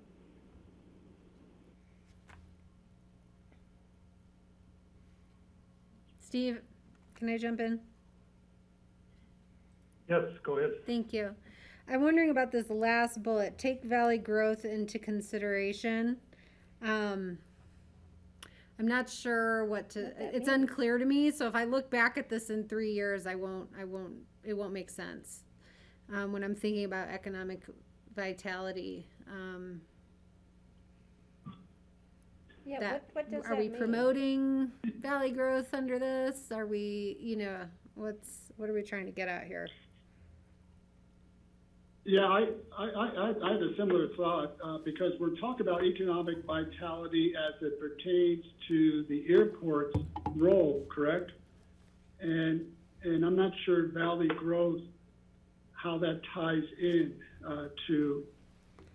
Well, and I may ask GR and Rich, because I'm reaching way back in our discussions here to help with my memory.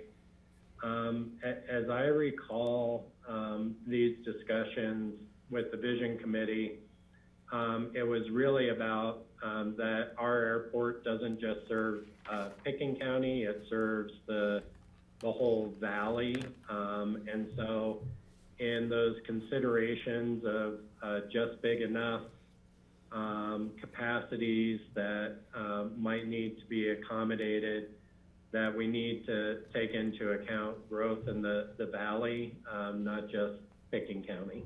That we're serving Western Eagle County, we're serving Garfield County, as well as Pickens. And I'll just do a quick check-in to see if Rich or GR had any different recollection of those conversations. Yeah, John, I think that's right. I just don't know if growth is the right word. Taking Valley, not sustainability, but just taking the Valley into consideration. But I don't know how you can take the growth. That just seems to not side with what we're trying to do with the airport. Yeah, I would, well, I'll wait for Kelly may have a thought, but I would just take that out. It just doesn't make sense to me. And frankly, people down from Carbondale to Glenwood is specifically, it's as easier for them to fly in and out of Eagle Airport than Pickens Airport. And that's where they go for the most part. Yeah, I guess I would just say if that's what we're trying to get, maybe we just say, maintain a regional perspective. Or consider the valley as a whole. That's a good thought, just a regional perspective. Maintain a regional And then perspective. I had, yeah, good with that. So just real quick, so it would be take Valley growth into consideration, and change that to maintain a regional perspective. Yep. And it sounds like, George, you were okay with that. Patty, I think I heard you were okay with it. Yes, sir. Greg, Steve? I'd like to open it up a bit and just, let's think about the consequences of that. When we're talking about a regional perspective, say there's another huge oil boom and 200,000 people moving to Garfield County. Do we need to build our airport bigger to accommodate them? Is that what we're saying here? No. No, it just means we need to maintain a regional perspective. I just think it's acknowledging that we're thinking beyond Pickens County when we think about the airport.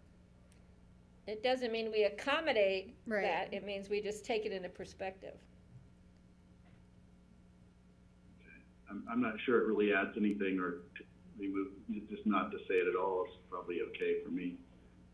Is economic vitality, we're talking about the economic vitality of the airport, something brought up, or economic vitality of the community? Community. Right. Well,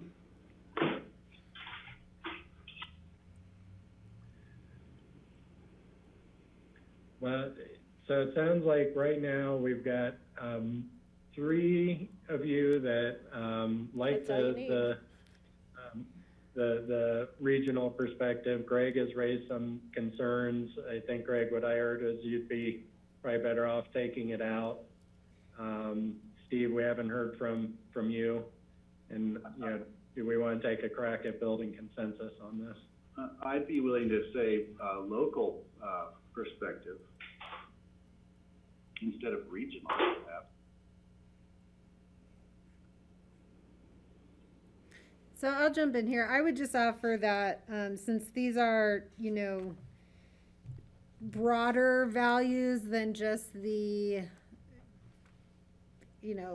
operation and land of the airport, that, if we're talking about the resort, if we're talking about our broader community, our region is just tied into that, with how we move people, where workers live and come from. So that's what I think about when I think about maintaining a regional perspective as a community value. I'm not signing up to say, okay, we need to, make sure that people from Rifle are flying out of our airport and not some other airport. That's not what I'm leading at all. I'm just saying that we are connected to other parts of the valley beyond Pickens County. And I don't know, I don't really have that much care about this bullet point, but if I do want to just sort of capture if that was an important point. We did invite people from other parts of the valley to be part of these committees because we saw their perspective as valuable. How about instead of regional, say Roaring Fork Valley? Sure. Roaring Fork community, something like that would work. I wouldn't limit it to that. I would say just maintain a local. I could go with Greg's word local there, But I think if, then we're gonna have people outside the Roaring Fork Valley going, what do you mean? You didn't wanna think about us? So let's keep it open. Regional would be better, but if Greg's more comfortable with local, I can go there. Thanks, Patty. So are we talking just about growth or about the economic vitality of the whole valley on this? Because the economic sustainability is kind of covered in the first bullet point.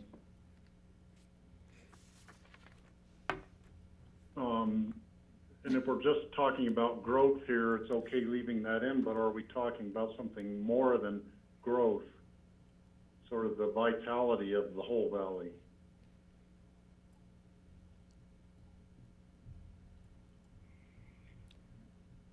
Well, Steve. Well, it is up to you, yeah. Wait, Steve, we're thinking about all of it, but all we're saying in this is that we're gonna maintain a local perspective when we're thinking about economic vitality, which takes into consideration growth or lack of growth or whatever. We're just saying as far as economic vitality, we're gonna look at this on a local level. We're gonna take a local perspective, that's all. We're getting into the weeds here. Yeah, I'm okay with that, yeah. So I think, I'm okay with the way it's even worded, but we could say take growth in the upper Roaring Fork Valley into consideration. No, we're not gonna limit it because we use people throughout the valley. Yeah. We've got three of us, I think, who wanna move forward. Yeah, I guess I'll just go back to my original point and say, I'm not sure that provides me any more clarity if I were to pick this up in 2 years and look at it. So, maybe we just get rid of it.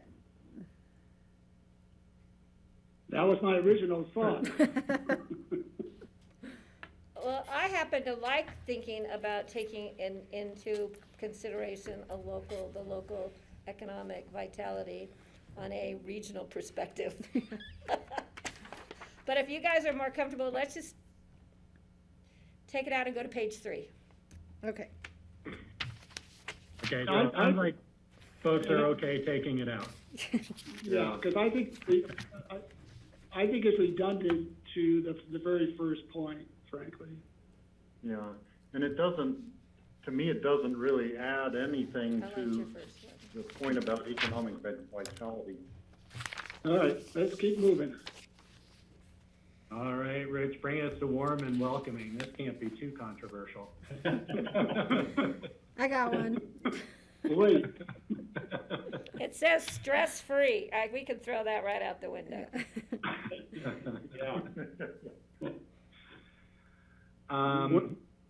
Yeah, go ahead.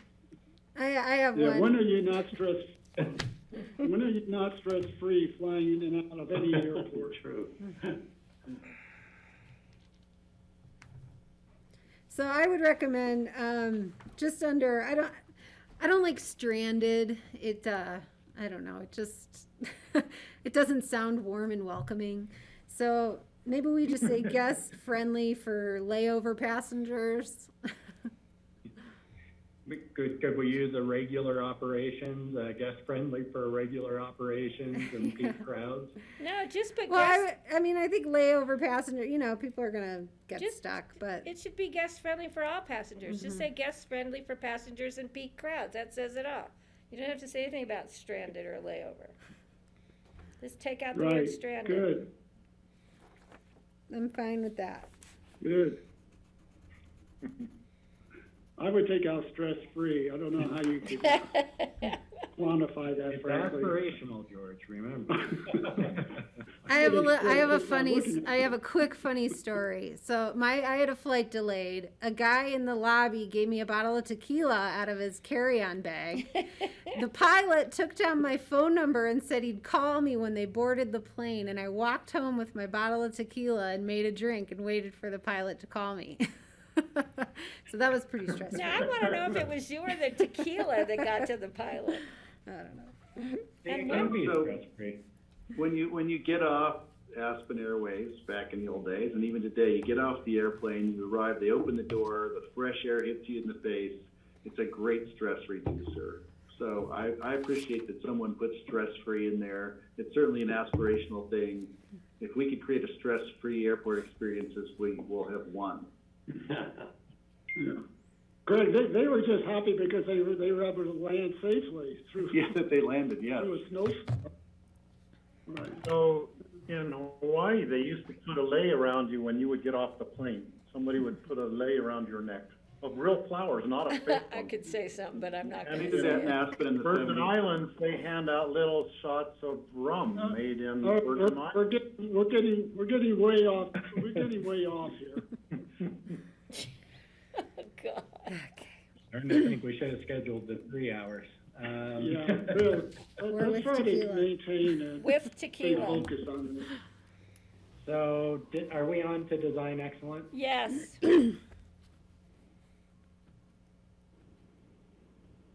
It should be surprising. I love it. It's always surprising out there. And there was some joking about surprising in a good way, not a bad one.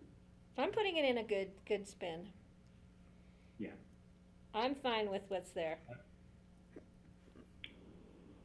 So, should we say right size is important instead of small? Being consistent with the earlier one? No, I like it. I just didn't want to Small repeat isn't ourselves necessarily before. important. I could say something there too, but I'm not gonna.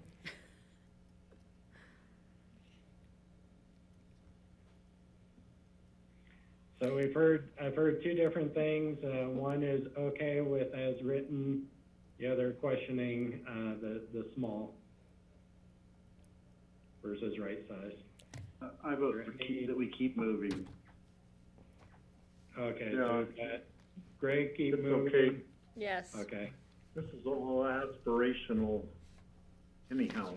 Efficiency and airport that works well. You didn't have any changes originally here around values.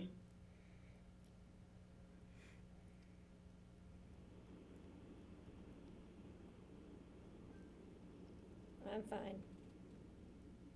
Sounds good. Good with those? Reliable gateway for visitors, I think that covers connection to transportation. So we can, yeah, that's fine. Thanks.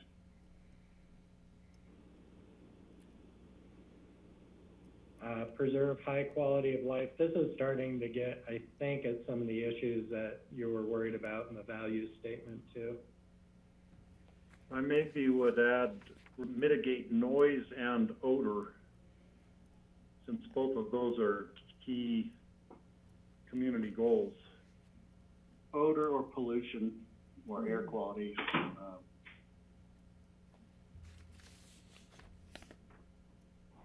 So could we say mitigate noise and emissions? Thank you. That sounds good. Okay. Is that good with everyone? Yeah. Yeah. Anyone opposed to that? Okay. No.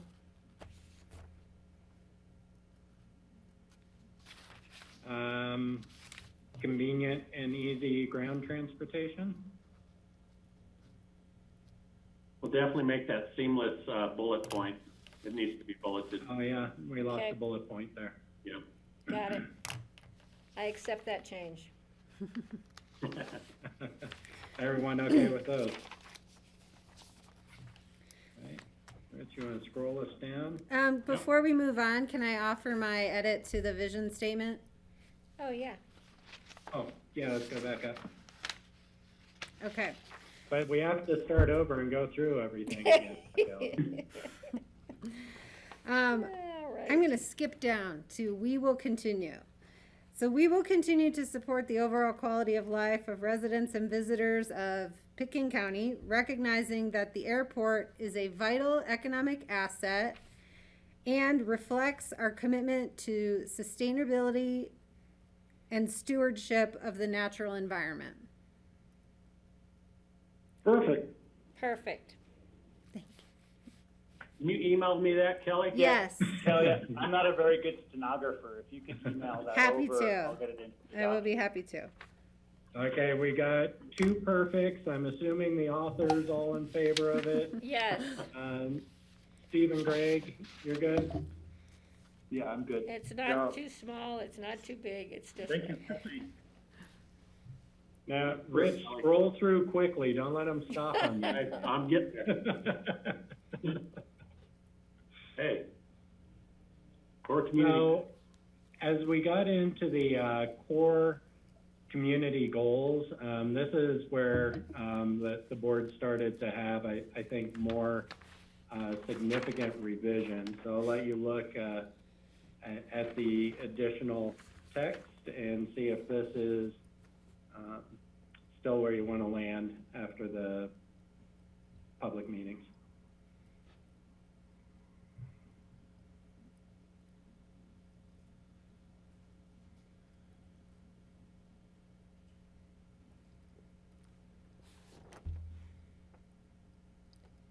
I have a question. Do we want to say Yeah, something? go ahead. Do we want to say something different than attain the managed growth goal since we took out the growth goal of 0.8%? Do we want to say something more about the community growth management plans there so we're consistent? I mean, I'm okay with it. You know, Patty, I think that was the original intent. I should have caught that because I think when we had talked about this originally, what we had talked about was to attain the community's growth management goals. I think that has more meaning. I just want to be consistent. Is that what you're after? Yeah. Yeah. Would everyone be open to that modification? Could you repeat I'm that okay. for me? So it would be, use the airport advisory board to assist in vetting the terminal size and number of gates to attain the community's growth management goal. And then of course the board will be having those conversations, as will municipalities, around, growth management goals going forward. Just want to make sure now this advisory board we're talking about creating here, will this be the limit of its influence, or is this just one of the things they're doing? We don't have to specify that here, do we? I don't think you need to necessarily specify it here. It will be specified when you establish the board, and which has not happened yet, but I think we'd anticipate a broader advisory role for the body. Thank you. If I could very briefly, don't want to detract, but regarding safety, do we need to articulate a bit more that it's on ground operations and in the surrounding area? When we hear about safety issues, often the 50-some accidents in the last 55 years predominantly have been in the surrounding areas. So are we going to try to focus on improving safety throughout the region, or are we just talking about on the ground in the airport? So I think as the Vision Committee talked about it, they talked about it in terms of safety in the air and on the ground. Now, I was going to suggest that. Yeah, and so I think it just got reduced down to safety for, brevity, as you like to say, Greg. I know, here I go, see 4 years in and I've already forgotten. But the intent was certainly safety in the air and on the ground. So if we want to add that in for clarity, I think that's very consistent with what the Vision Committee intended. I just wanted to point it out. If no one else sees a need for it, I'll happily move on. No, it's good. I'm okay with that. Okay, two for Ed, Patty and Kelly. Are you good with that addition? Yeah. I almost Steve, think. are you So good? to say safety at the airport and in surrounding vicinity? I think we were just going to say safety in the air and on the ground. Okay. One point that I feel like we're lacking here, it has to do with managing the growth of airline employments. And maybe this isn't the place to do it, but it has to do with the fact that we would like more people actually to be flying in and fewer people to be driving here or using vehicular traffic to get here. And that maybe would be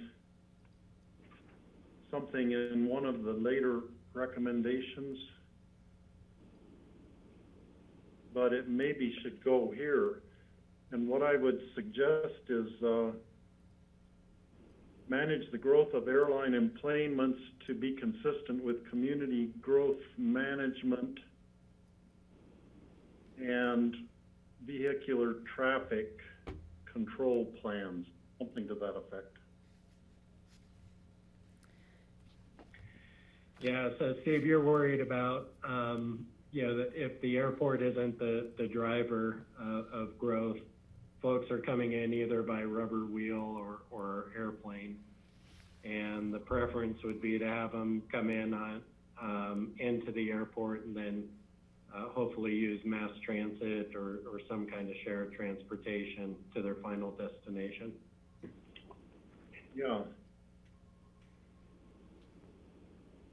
So sort of the goal of the Vision Committee was to control the number of enplanements, to limit it. And I would say if we were reducing the vehicular traffic by increasing the number of enplanements, that would be a good goal. Right? Well, could we just add traffic congestion goals or something like that to the end of that first bullet point? Kelly had her hand up. Didn't you? Is that your hand up? Okay, I'll come after. I'll go after you. Yeah, I guess I'm not sure that if that question was like thoroughly vetted in this process, so I'm not totally comfortable including it. I don't feel like that is just a naturally obvious conclusion. So I'm a little uncomfortable with making that statement. I'll say that, and then one other thing I'll say is I'm wondering if when we refer to the advisory board, if that actually is better placed back under community values. A recognition that we want to maintain public input in the airport's future, and acknowledging an advisory board there would be better than putting it here. Rather than under the core community goals. Yeah.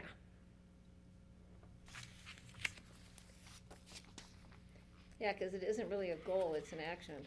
Right. How would you articulate that, Kelly?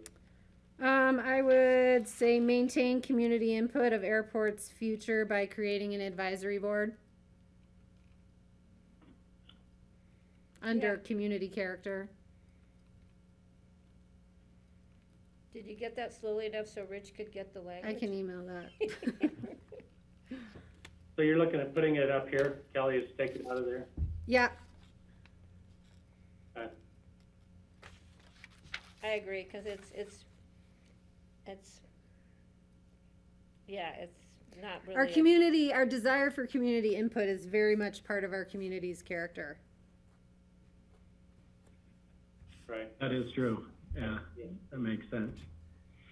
Would you leave it in both places to acknowledge, I just want to acknowledge that you all had, put this in pretty purposely initially. So is it moving it or is it having it both places, I guess is the question. I'm okay with both.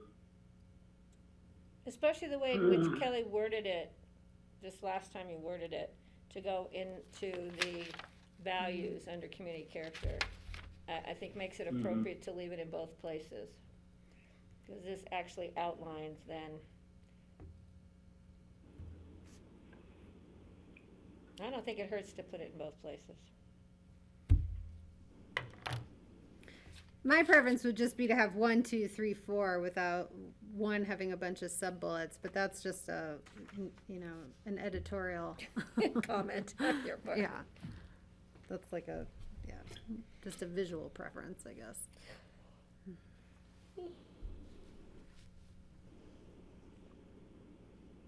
I would keep it simple because even though we say the airport advisory board will assist in vetting, we know that they're going to be doing other things as well. And so just having it stated once, that by community character, opens up that opportunity for the advisory board to be involved in all different facets of the airport. And then, you know, if the goal is to eliminate both bullet points, do we capture it with consistent with growth management goals and get rid of the second bullet point too? Is that what you're recommending, Kelly? Yeah, that would be my preference. I mean, we know our growth management plans always have to deal with community discussions. Mm-hmm.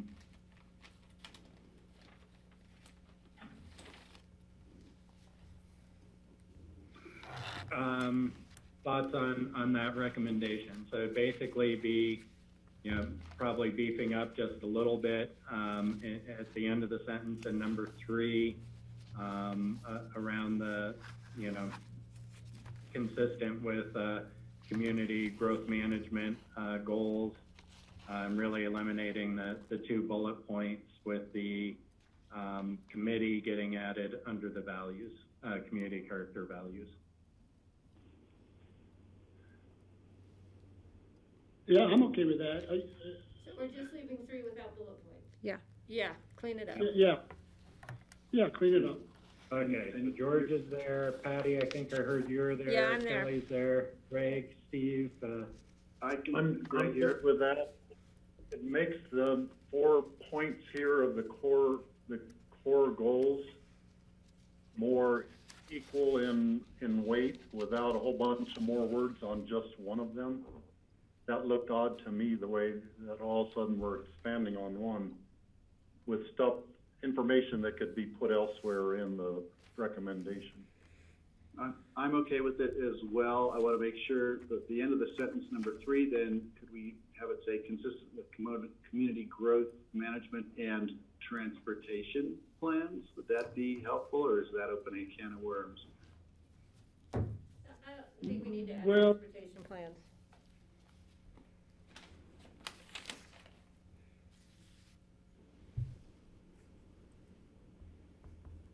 I would leave it as it. Oh, go ahead, George. I'd leave it as it is because, as Kelly said, that the committees didn't delve into the transportation plans, although they did recognize, as we stated above, that we want to have a seamless connection and multimodal. Got it. Okay, I'm okay with that. Okay. All right. Now we get into the real meat. Number 4, sorry, reduce noise by 30. I see we're talking about reducing noise. What happened to our emissions? It's up above. One of the goals? It's up above. It's number 2. So what? Hold on. Oh, right in front of me. Sorry.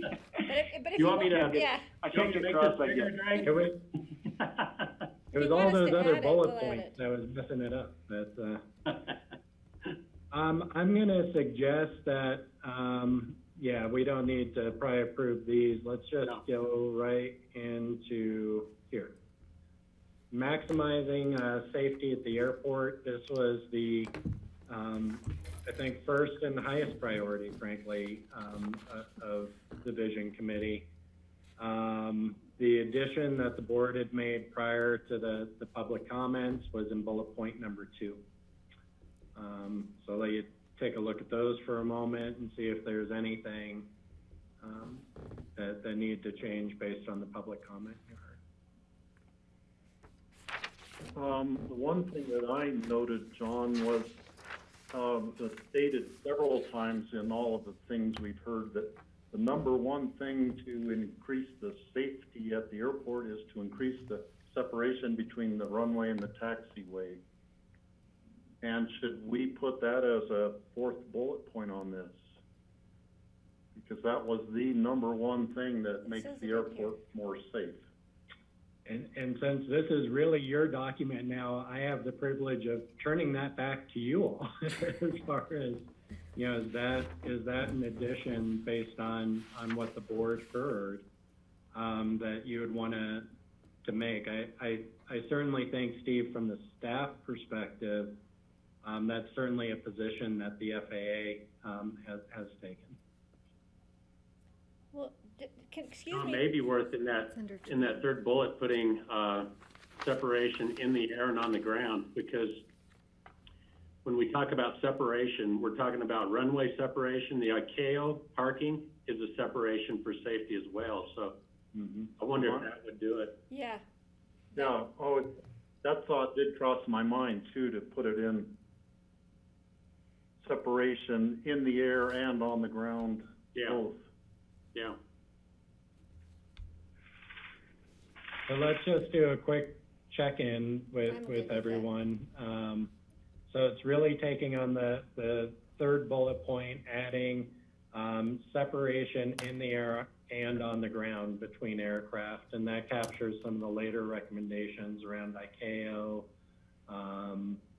the separation of the runway taxiway center lines, and could also, to Kelly's earlier point about separation in the air as all the safety standards.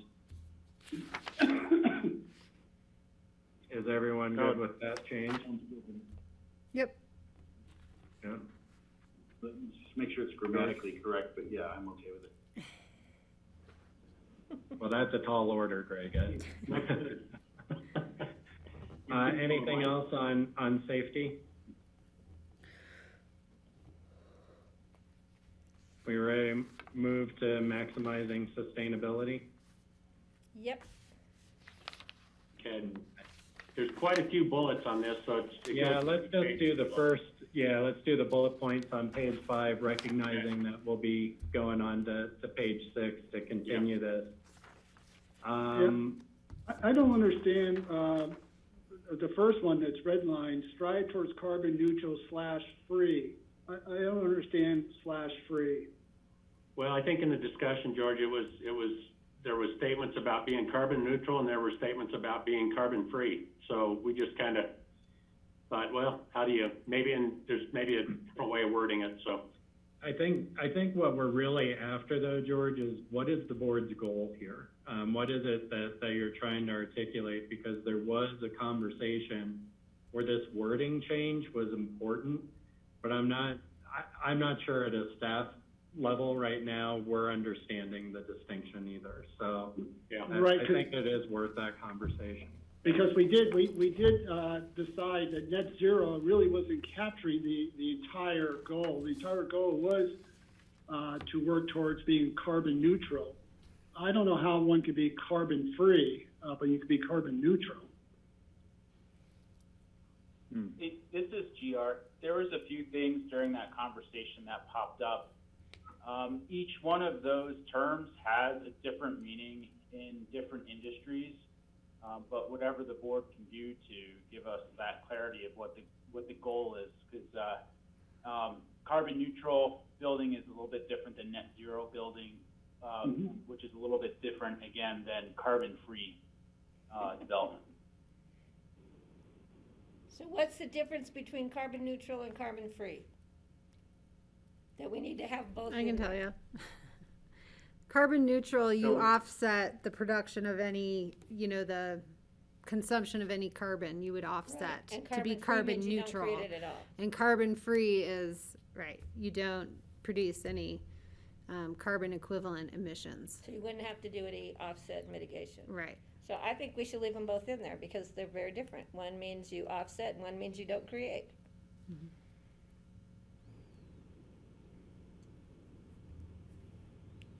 Am I wrong there? George, if you have a problem with it, can we say strive? Strive is the operative word here, because we're never going to be carbon free at an airport, regardless of what. We do say strive. Right. But that's fine. So we're striving toward it. Yeah. I was going to say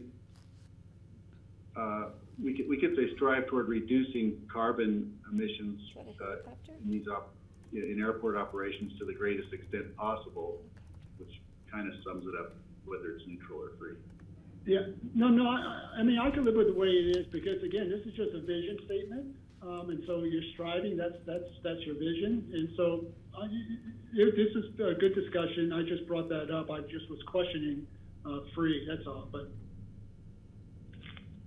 Well, we could change the wording a little and say carbon neutral and free, or carbon neutral and carbon free. Might clarify it a little bit better than having the slash in there. That actually makes it more complicated to be carbon neutral and carbon free.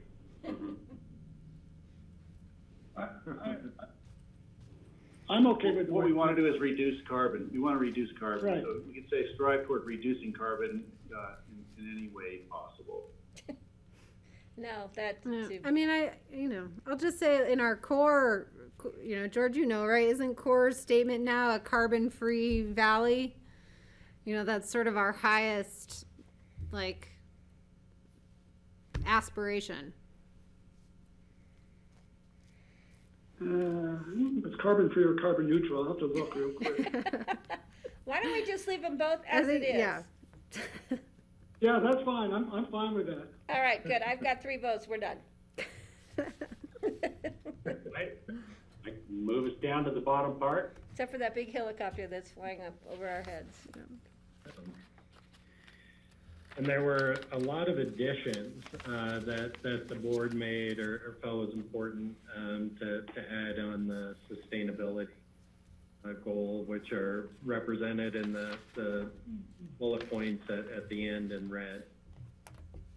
I'll give you a moment to look through those, see if there's any additions, deletions, or changes based on what you heard. I do have one. I'll let everybody think first, though.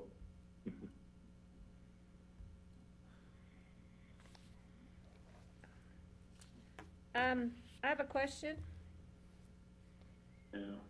So Yeah. the second red line bullet point, optimize on-site renewable energy generation. Then we have parentheses with regard to aesthetics, close parentheses, comma, and then should that pursue all options including solar, geothermal, et cetera, for facilities? Is that part of the second bullet point, or is it a new bullet point, or why do we have a comma? I think it could be combined, actually, Patty. Looking, I think the optimized on-site renewable energy generation with regard to aesthetics was an addition.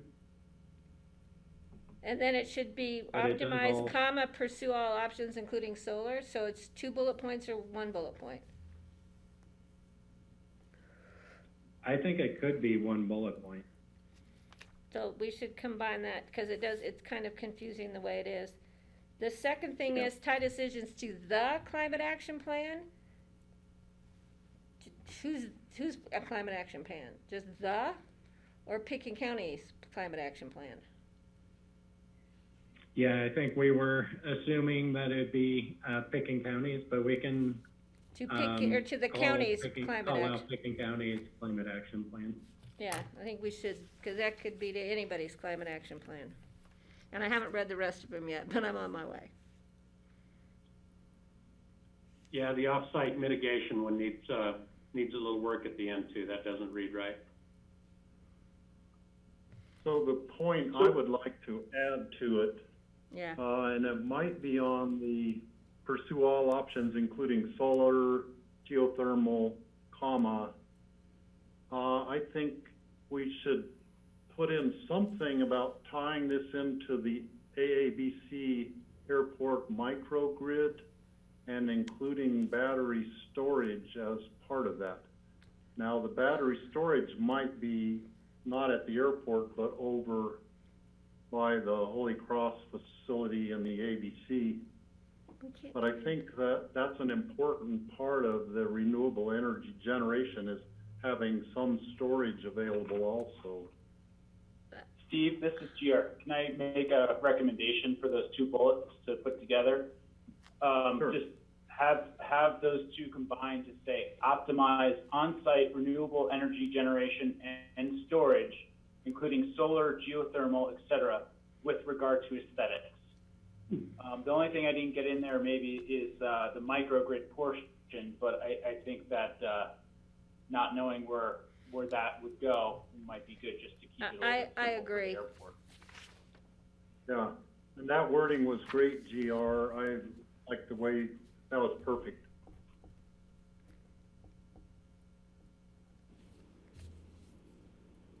Instead of saying with regard to aesthetics in parentheses, maybe we should say have a comma and say taking into account aesthetics. Okay. We want to consider the aesthetics as part of the whole discussion on it.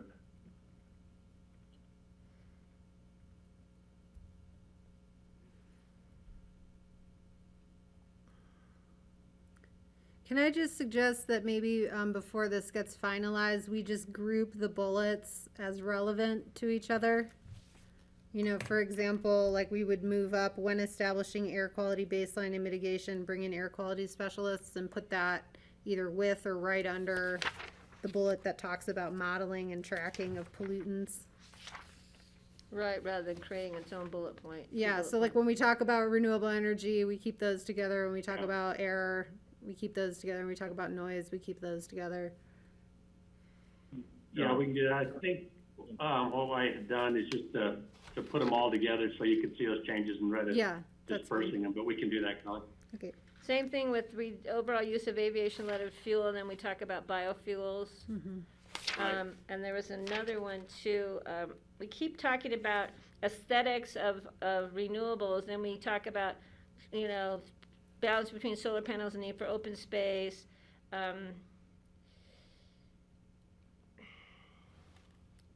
It just seems, I mean, that's kind of, could also be grouped together. I mean, we're talking about the aesthetics of what it looks like to have solar panels, and we talk about open space. I don't know if we need to have 2 bullet points on that or combine them. This success gets a little lengthy and repetitive, I think. Build this airport solar farm and install solar panel and terminal or FBO and other roof structures. And then we have the aesthetics of the solar panels, and then we have the need for open space in the solar panels.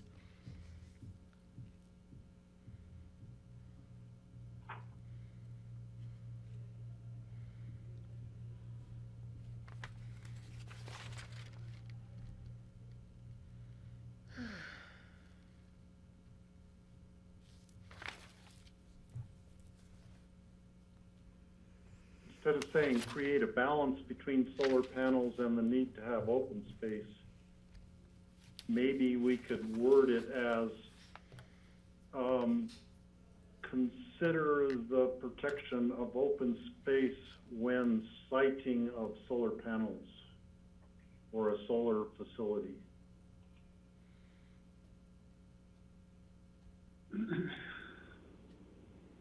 Is this redundant with the aesthetics concern?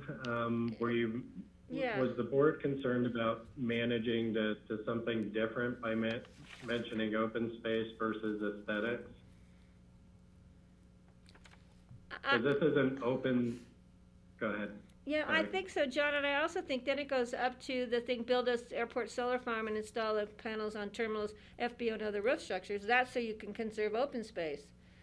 By not having to put it out in the field, you can put it on the existing buildings and structures. So that kind of all needs to be in one bullet point, I think, rather than 5 bullet points that technically are addressing the same issue. And I can't tell you the wording for that, but, you know, we're getting, I know this is an important issue, but we're getting a little redundant, I think, and a little lengthy.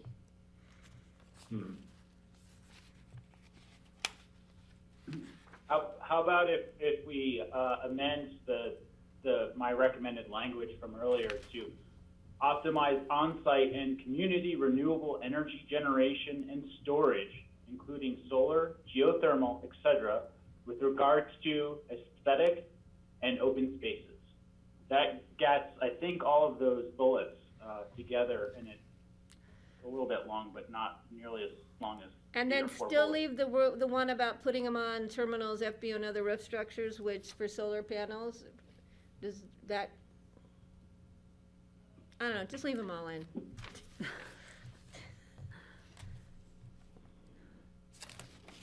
This was one where I think frankly, the board has a lot of passion around this issue, and so I think it was important to different board members to have specific items mentioned, and so we did get a little bit of a laundry list I think we're trying to manage here. But what if we, you know, is what you're really doing saying that we need to pursue on-site renewable energy generation while balancing the need for aesthetics and view planes? Is that really what we're talking about? Because we're not going to turn airport property into a park or a conservation area for open space per se. So it seems to me what you're really doing is you're concerned about community character and the aesthetics, and not developing every square inch with solar panels or such. Is that what you're trying to do?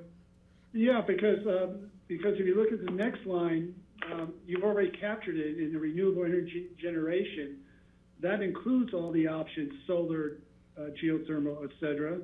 And you're already talking about on-site and community-wide. So I think we can just consolidate this into just one or two more bullet points, leaving perhaps that the ones at the bottom there. We've already included carbon offsets need to be included. We just talked about that. I think we're getting much too detailed in for a vision statement. So it looks like what we, with the bullet points that are in red, we would start with the second bullet point and look at combining the second, third, fourth, fifth bullet. I think second, third, fourth, and fifth into one more simplified statement that includes renewable, you know, while paying attention to the aesthetics and view planes. Air quality, baseline, and mitigation strategies, those probably stand on their own.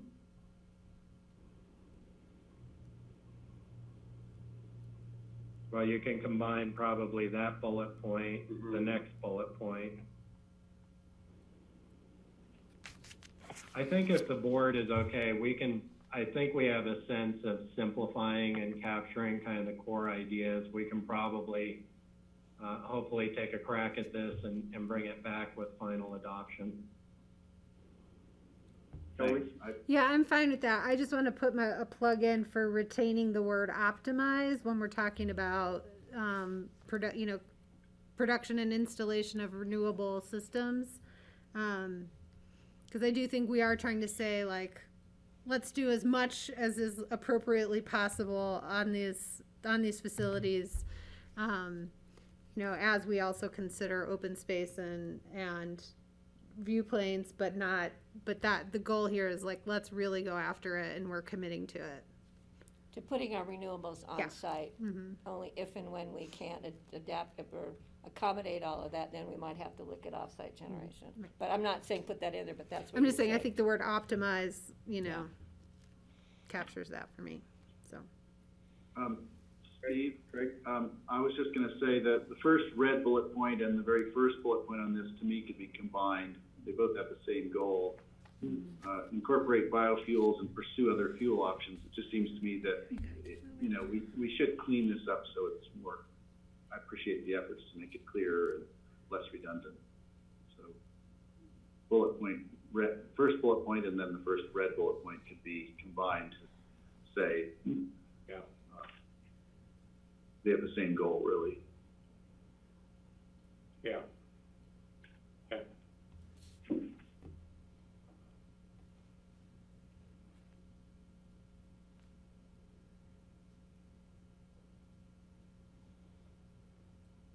Are we ready to move to seamless ground connectivity?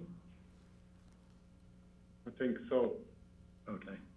We'll take a crack at that. I think we can simplify.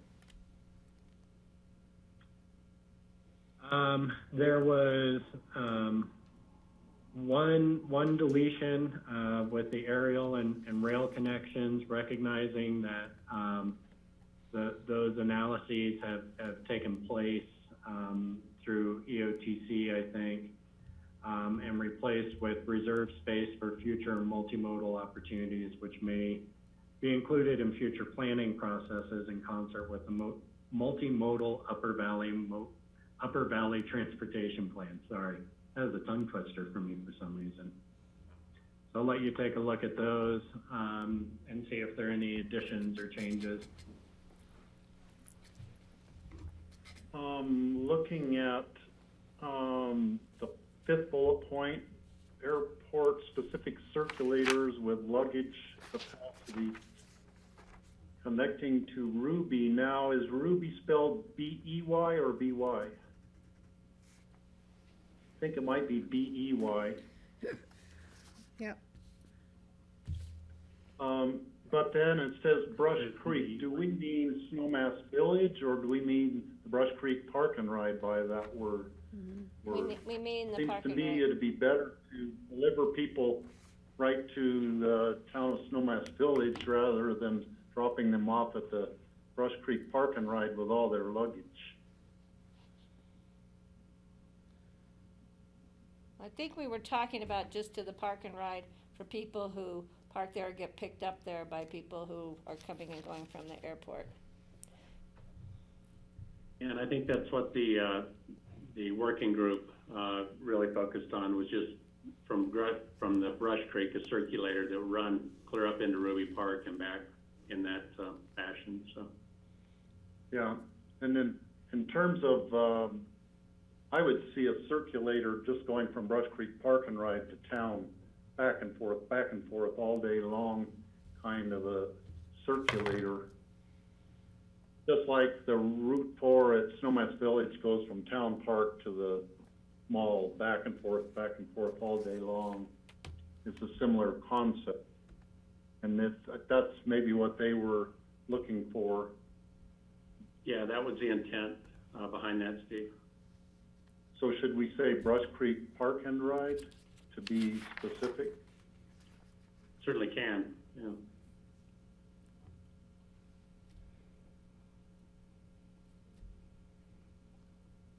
Okay, so Ruby Park is EY. Okay. Anything else on the ground connectivity?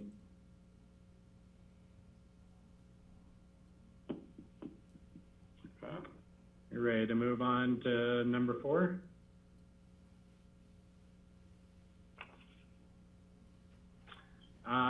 So there's a few changes in here to be more specific about the recommendations, particularly around next gen and/or reservation system for commercial and GA operations.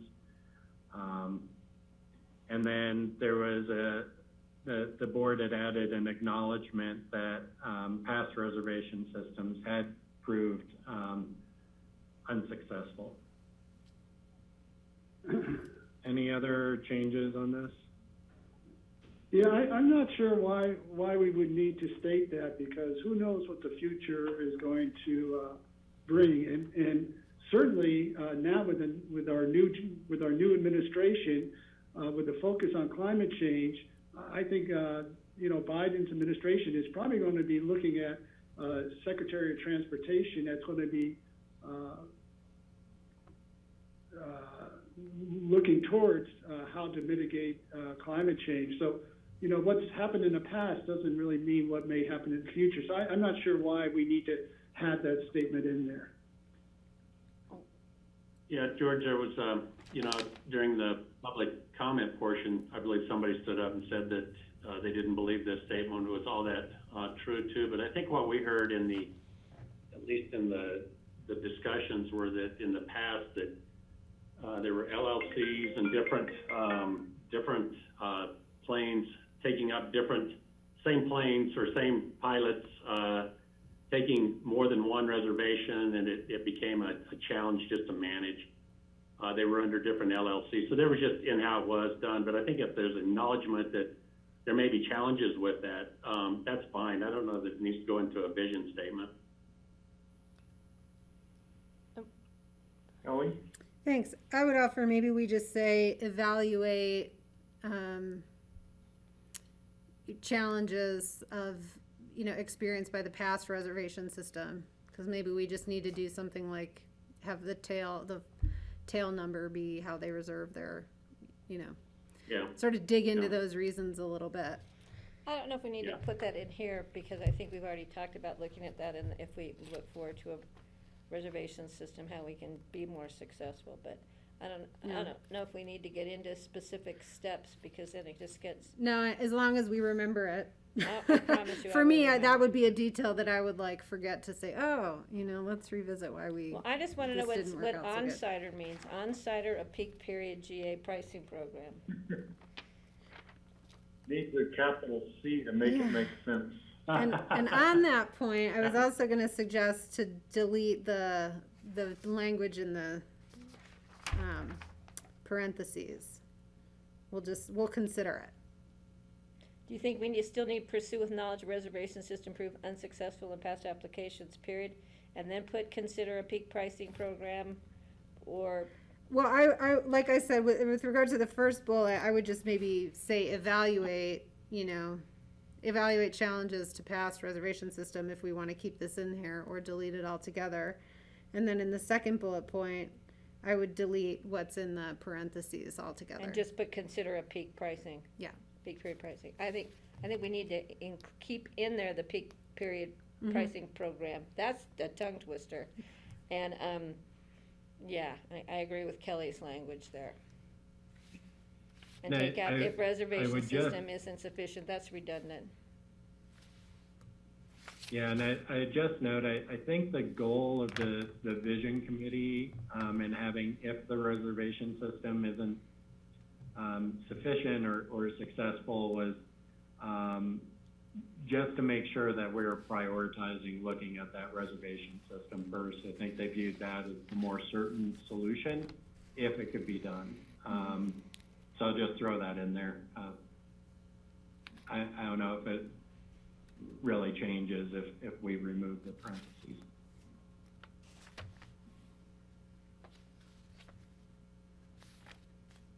The peak period pricing program could help pay for all of our IKEA parking improvements and all of that too. So that would be another reason to keep it in there. Mm-hmm. There were a couple other bullets under that one as well, so.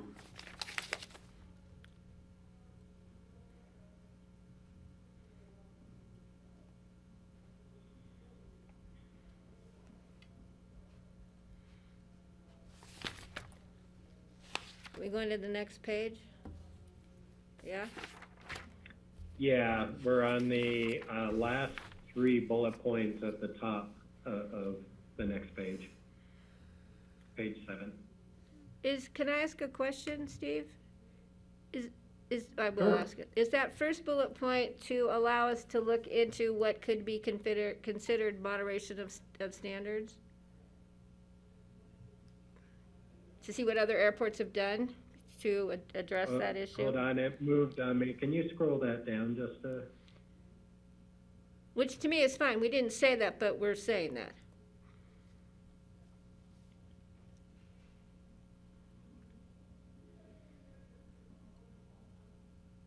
That's one of the possibilities that other airports have used in order to improve their separation. So I don't have a problem with that. We've said it before, but I think we need to say it again because we said it in an earlier bullet point. And that's fine. We've said it once and we need to say it twice because we are making that point to FAA that we're concerned about this issue with safety.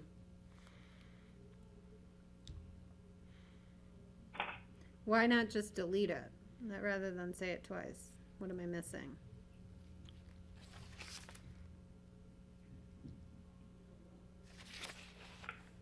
No, I wonder if that first bullet point, we put a period after have implemented and then work with FAA as a new bullet point. Wonder if that's why that's capitalized. Don't we say that in the first one? Right, so do we I do need, think that, so do we need to say that second sentence again? Kelly's asking, do we need to say again the issue with separation between aircraft when we added it in over somewhere back in our short discussion we've had? Maximizing safety. It's already under goal number 1. I guess I just want to be clear why we would include it again in goal number 3 or 4. I can tell you from staff's perspective, I don't think it adds to our understanding of what the board is trying to achieve Right. from Okay. that first bullet point. So delete it. So, I So think, put a yeah. period and delete it Delete, after work. I mean, Okay. Okay. So Rich, I would make that at work, I would make that a new bullet point. no, we're gonna Because take it it's out. two separate thoughts. Didn't we just say we're gonna take that out? We just said, Or is that what we were gonna take out? We've already said the exact same thing in under goal number 1. Right here. And under goal 1, under safety. right here. And I think that's why it says in there, it's similar, supports goal number 1 in that statement, so it is redundant. I think we could pull it out. Yes. You can see it talks about it here at the bottom. So,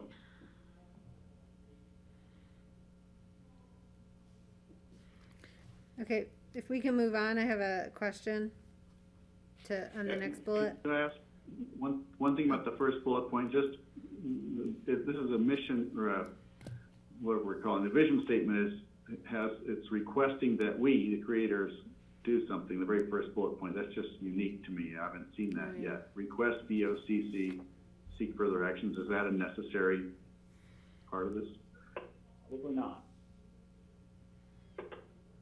I think Seek that, further actions that other airports may have implemented, period? Yeah. I think the community was pretty clear that we needed to look at what other airports are doing to address some of these issues, because they didn't believe that the FAA was just telling us that we had to do X, Y, and Z when they're telling other airports they could do the things that we want to do. So I think the community was asking us to look into that to see what other airports are being allowed to do. Right. I'm just trying to wrap my head around that. Who's gonna be requesting that the BOCC do this, if not? Right. is Since it it's not? our vision So statement, really, can't we it's just a say we direct will point. This see? is your document So then now. we should put BOCC will seek further action, will seek further actions that other airports have implemented. yeah. Or it can just be seed.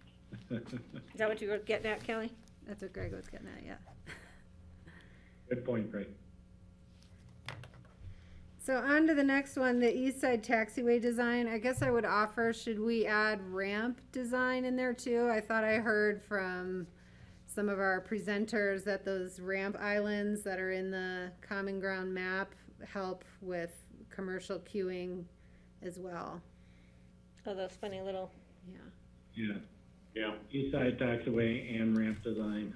yeah. Move Jaya to the north. good Is catch, everyone good Kelly. with that? Yep. Yeah. So let me just do a check-in. We're at 3:30. I think we're scheduled till 5. We're scheduled till 4. It feels like maybe we're starting till 4. Yep. Well, I think it's gonna be till 5 at this point. I'm the one who said Get it 5 down. and George said 4. I remember clearly. It feels like maybe we're starting to drag a little bit. I wonder if we took just a 5-minute brain break, if we might get through some of these a little bit more quickly. That's wishful thinking, John. So 5-minute break. We, Yeah, we're going an hour and a half right now. Let's do a 5-minute break. And then, we have a hard end time at 5 because APSA is meeting at 5 o'clock. Yeah. Oh, and they need lead So, time, I but- think, to come in this room or are they at City of Aspen? We They're set here? the hard Okay. time from 2 to 4. So we can't end quite at 5 because APSHA is coming here to set up for their meeting, which are now broadcast on Grassroots, so they will need some transition time. Well, I think we just need to keep moving. I'd rather, if we're gonna take a break, it's gonna be long enough for me to get breakfast, lunch, and dinner, so why don't we just keep going? I would just keep moving here. Okay. So we are at, John, if you need to number take a 5. break, go ahead. No, I We will. don't wanna hold you I, hostage. If we're on number 5, I think, are we ready to move on? Yeah, I am. Okay.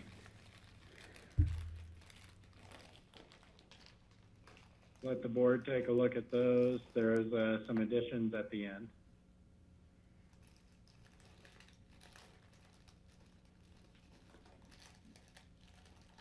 Do we need to spell out what ALP means at least once so people will understand?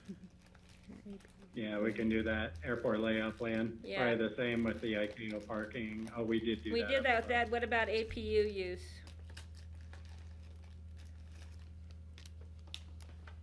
Yeah, we can add that.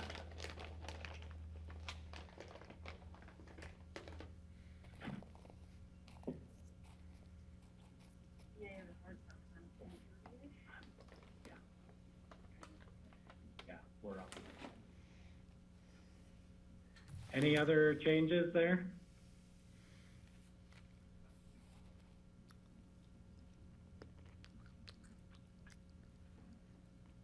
I'm wondering if there's a little bit of a oh, sorry. Kelly, Okay.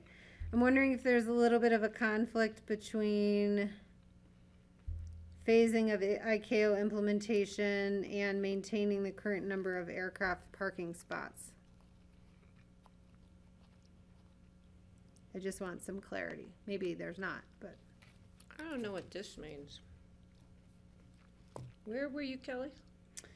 Bullet 5 and 7.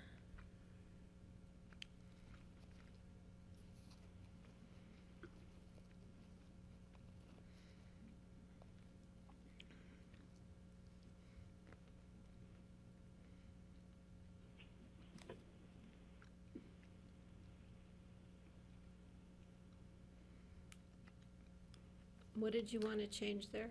I'm just asking, does anyone think that maybe these can be combined, or are they, are they contradictory at all?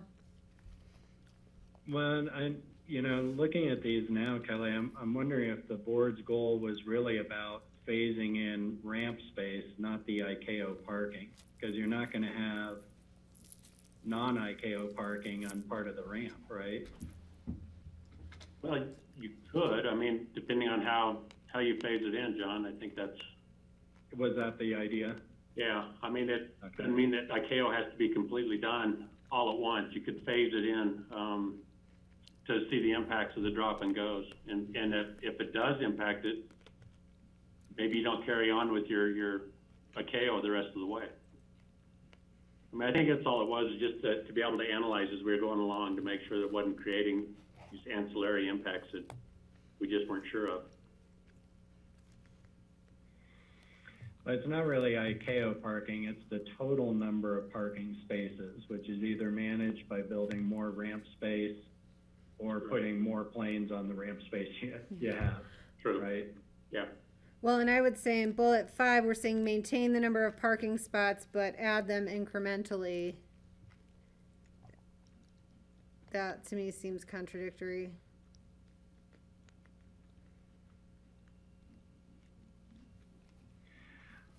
I would, frankly, almost eliminate that next to last bullet point, would be my recommendation for the board. Because it's more solution oriented than outcome oriented. If our goal is to avoid increases in drop and goes, that's what we should be solving for. The ICAO standards are separate from the drop and goes. They were really about safety and being able to implement some of the environmental infrastructure, plug-ins, tempered air, that sort of thing. Noise, abatement. I wouldn't use the ICAO parking this way. I think it confuses your other goals. I'm comfortable with eliminating that. But I have a question, because I'm not sure what county should subsidize to incentivize plug-in use. What do we subsidize? I mean, we're gonna pay somebody to use it? Or charge less, or just like we're doing with electric vehicles, we've at times provided free or lower cost charging infrastructure, subsidized charging infrastructure. Right, okay.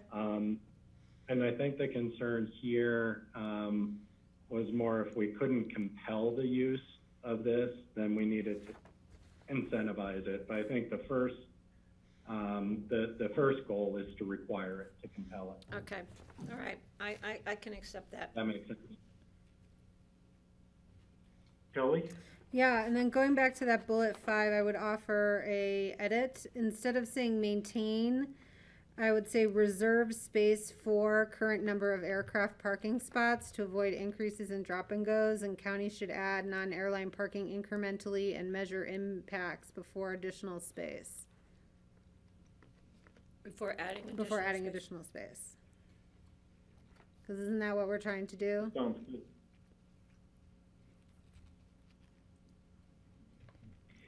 I guess Kelly, I'm needing to understand the reserved. Yeah, reserve, like reserve space in the ALP.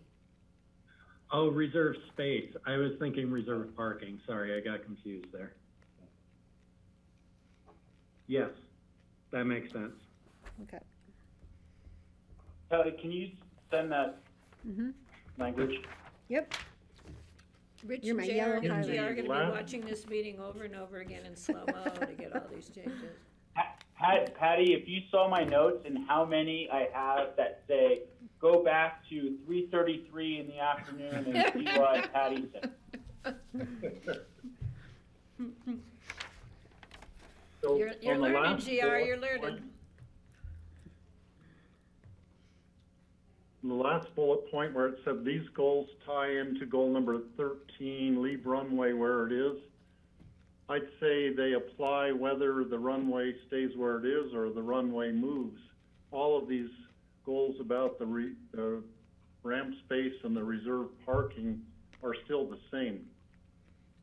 Are they? So the FAA might say, no, you have to move the runway, for instance. We don't know what they're gonna say about leaving the runway where it is and moving the taxiway. But we wanna keep these parking goals the same no matter which configuration of where the runway ends up being.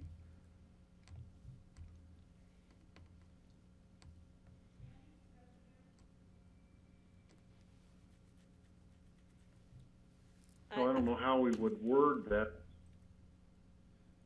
These goals apply, are affected by, where the parking is affected by whether we move the runway or not.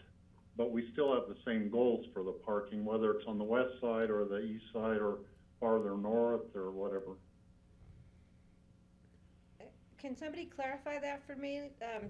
GR or Rich maybe, is that accurate in saying that the way we've worded these other bullet points will apply regardless of where the runway is?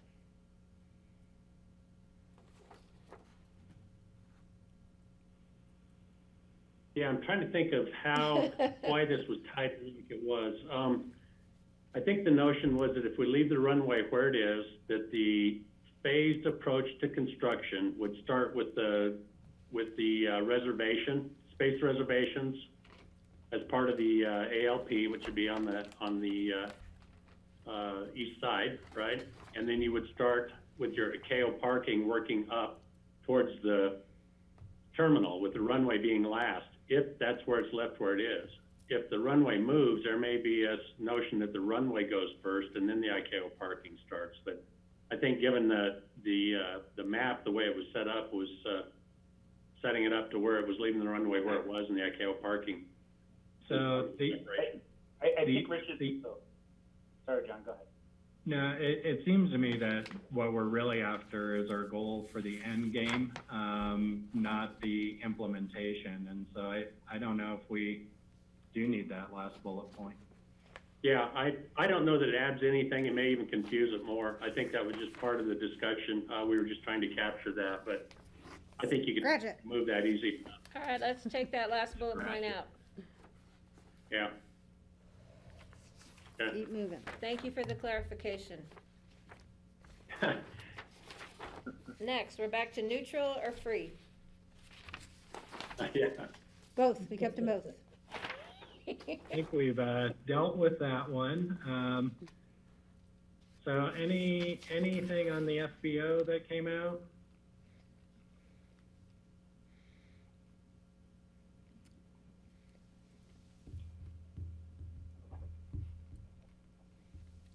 I have a lot to say about the FBO, but I don't think I can say it at this meeting, so. I know Amory Lovin said in regards to our terminal, he said, don't try to be carbon neutral, try to make it carbon positive, to be the goal. Carbon but I positive think sounds whatever bad. our terminal and for the airport, we should set the same goal for the FBO. I didn't know if it was, yeah, there's some ads at the bottom of the terminal one, so. You want me to scroll down to those? Well, I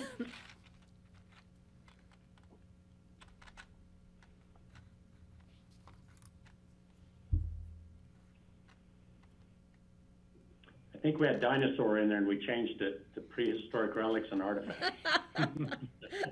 I'm gonna work on that. I want you to know, I'm bringing one of those dinosaurs back here. You know, if you just say historical exhibits, it would be inclusive. Okay. You know, We could do I don't that. think I fear we're on the brink of word salad if we just keep adding, have all these extra things. I wanted my dinosaur in there. Historical exhibits includes dinosaurs and mastodons. I'm holding you to that. Okay. But did we decide on, are we good with 6? Did we already move past 6 to 7? Mhm. I've been moving faster than I'm keeping up with. Yeah, we moved on to terminal, Patty. Did you have other comments on 6?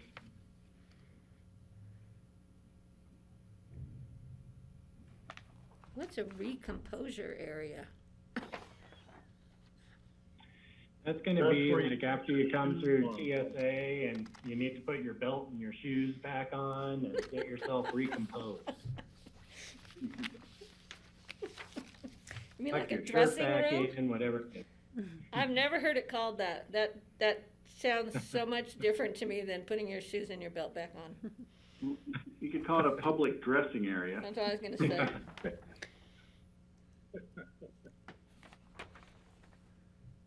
A pet recomposure area.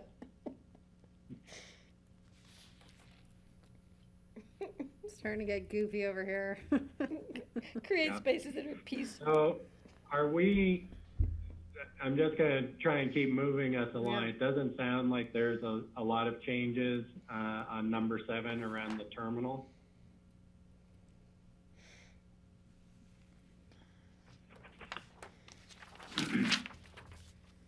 Are we ready to move on to the enhanced traveler experience and staff experience? George? No, I'm just trying to read, thanks. Oh. On number 7, it says locally sourced, should have a D on it. Locally sourced programming, food engagement, on about the 4th bullet point. Just add a D in. Okay.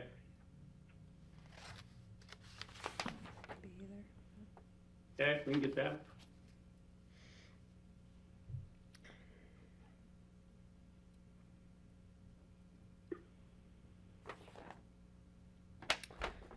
I'm wondering, I'm looking at that third bullet of number 8, and I wonder if that should go up over under number 7.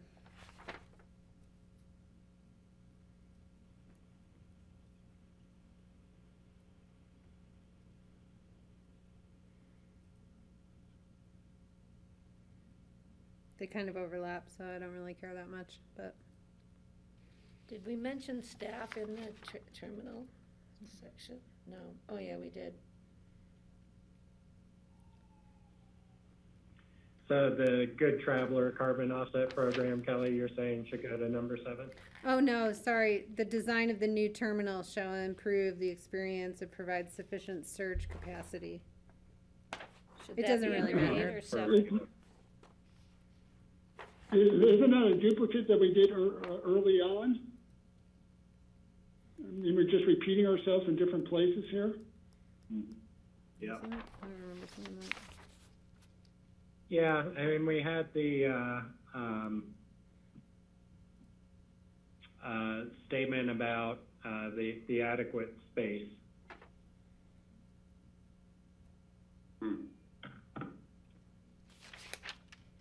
Oops. Yeah, I think that this was out of the experience group, wasn't it, John? That they were just making sure that enhancing the staff experience, and it also means how the terminal is designed as well, because of the back of the shop or back of the house improvements. So I don't know if it's in the right spot or not, but it does hit it in both.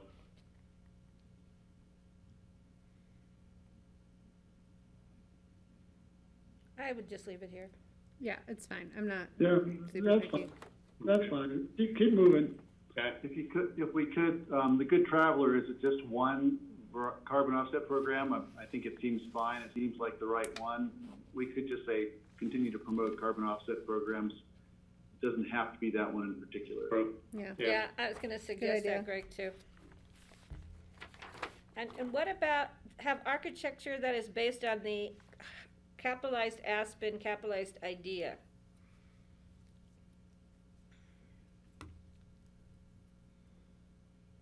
Can somebody define that for me? Capitalize on the Aspen Mind, body, idea, spirit. mind, body, spirit. Okay, so, okay. And should Or the that be Aspen capitalized too? idea, glitz and glass and glitter of new style architecture. I think we want more of the old style of architecture. Here, the question is, and I don't want to open the can of worms, but the Aspen idea really was, the architecture of that whole phase was certainly from Bauhaus inspired, like you see at the Aspen Meadows. It's not mountain modern, and it's not modern or old mining architecture. So I don't know if I want to be specific. I happen to like the Bauhaus the most, but I'm just thinking, is that where we're headed? Not necessary. That was a healthy debate that they decided to push off to another conversation, but wanted to be sure it reflected the mind, body, and spirit, and all of these characteristics, and that I think everyone assumed we'd fight about it just like we do everything else as a community. Yeah. Could I, if I could we say based on modern Aspen's founding principles of mind, body, and spirit? That way, it's not just thinking. Maybe that doesn't mean Bauhaus to me. It just means modern and way we think. I would just say, have architecture that is both memorable and outstanding, that reflects our unique history and vision of the future. I'll go with that. Okay, we've got 2 takers. Steve, you good with that? Yeah, I'd eliminate the Aspen idea because in 20 years, when actually building the terminal, they might not remember what the Aspen idea was. They might have a different idea of what it is at that point. Kelly's got a thought. Yeah, I guess I just wonder, I mean, to me, the Aspen idea is a very, culturally grounded term. So I just wonder how much energy there was around the use of that specific term by the committee.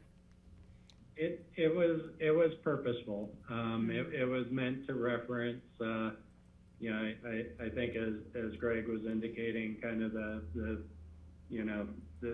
start of the modern Aspen era, you know, with the bicentennial festival and music festival and such, really marking that beginning. Mm-hmm. And this discussion took place right about the same time they were celebrating the Bauhaus at the Aspen Institute. So that may have kind of slanted this discussion, because that's when we were doing that whole big celebration, and it was all really forefront in our minds. But I think memorable and reflects the unique history and vision of the future, captures it all. I don't know. I mean, I guess for me, this really offers like a concrete design principle for designers to sort of start from, you know, and I would imagine that they would modernize that in a way to present different ideas for the design of a terminal, but that would be a very clear and grounding way to begin that effort. I don't so know. I'm inclined to keep it in. Maybe if you just change the word based on, have architecture that remembers, acknowledges, or does that help, Greg? Yeah, I don't want to limit the design to a Bauhaus like George was saying. I mean, that the Aspen idea was pretty specific, but I want it the architecture. I myself want the architecture to reflect our unique history and vision of the future. Leaving that door a little more wide open.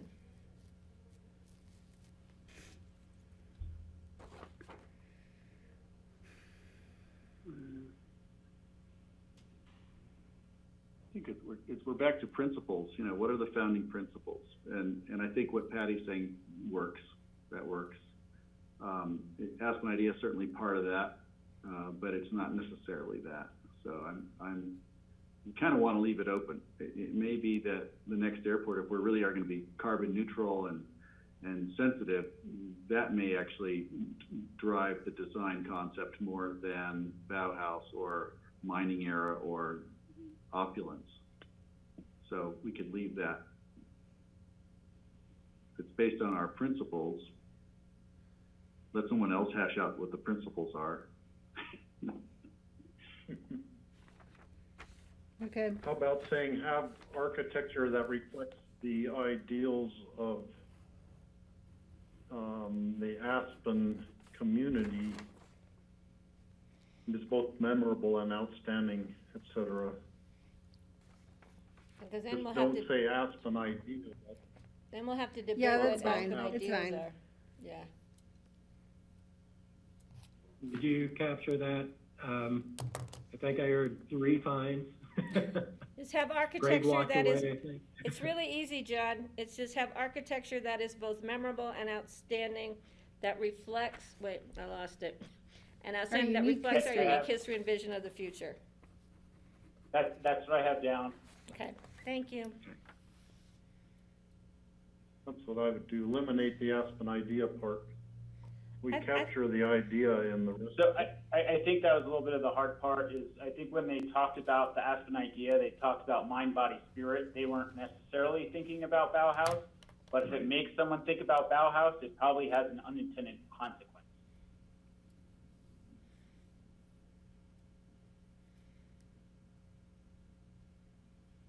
Okay.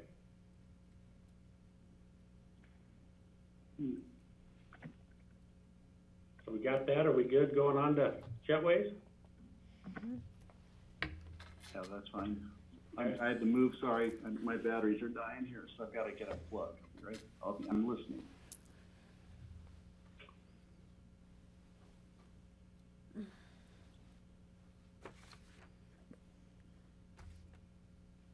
On the jetways, what is the point of the third bullet point in the red? When we use the jetways, you use them when you're getting on the plane. I don't understand the point we're making. Well, I think the board was just wanting to say, define when those would be actually, used during the design portion of it, of the terminal, leaving it open. So that would mean maybe they wouldn't be added, that there'd be going on the ground and walking up a ramp again, or? Yeah, I mean, that was leaving that door open for that opportunity to discuss it, so. It was just really kind of, again, another bite at the apple during the design to see how they could be best used. So it should maybe say, consideration shall be given as to if or when to use the jetways, adding if or when.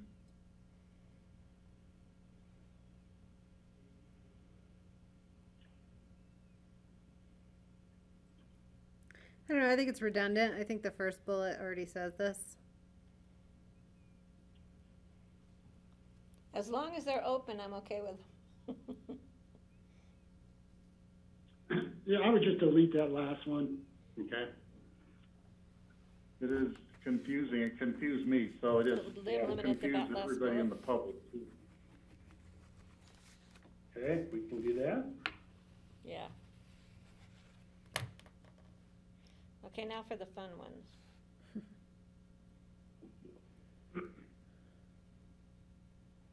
Okay, we on to number 10? We are. Let me see if there's any, yeah, there's a few more bullet points below this too, just so everybody knows.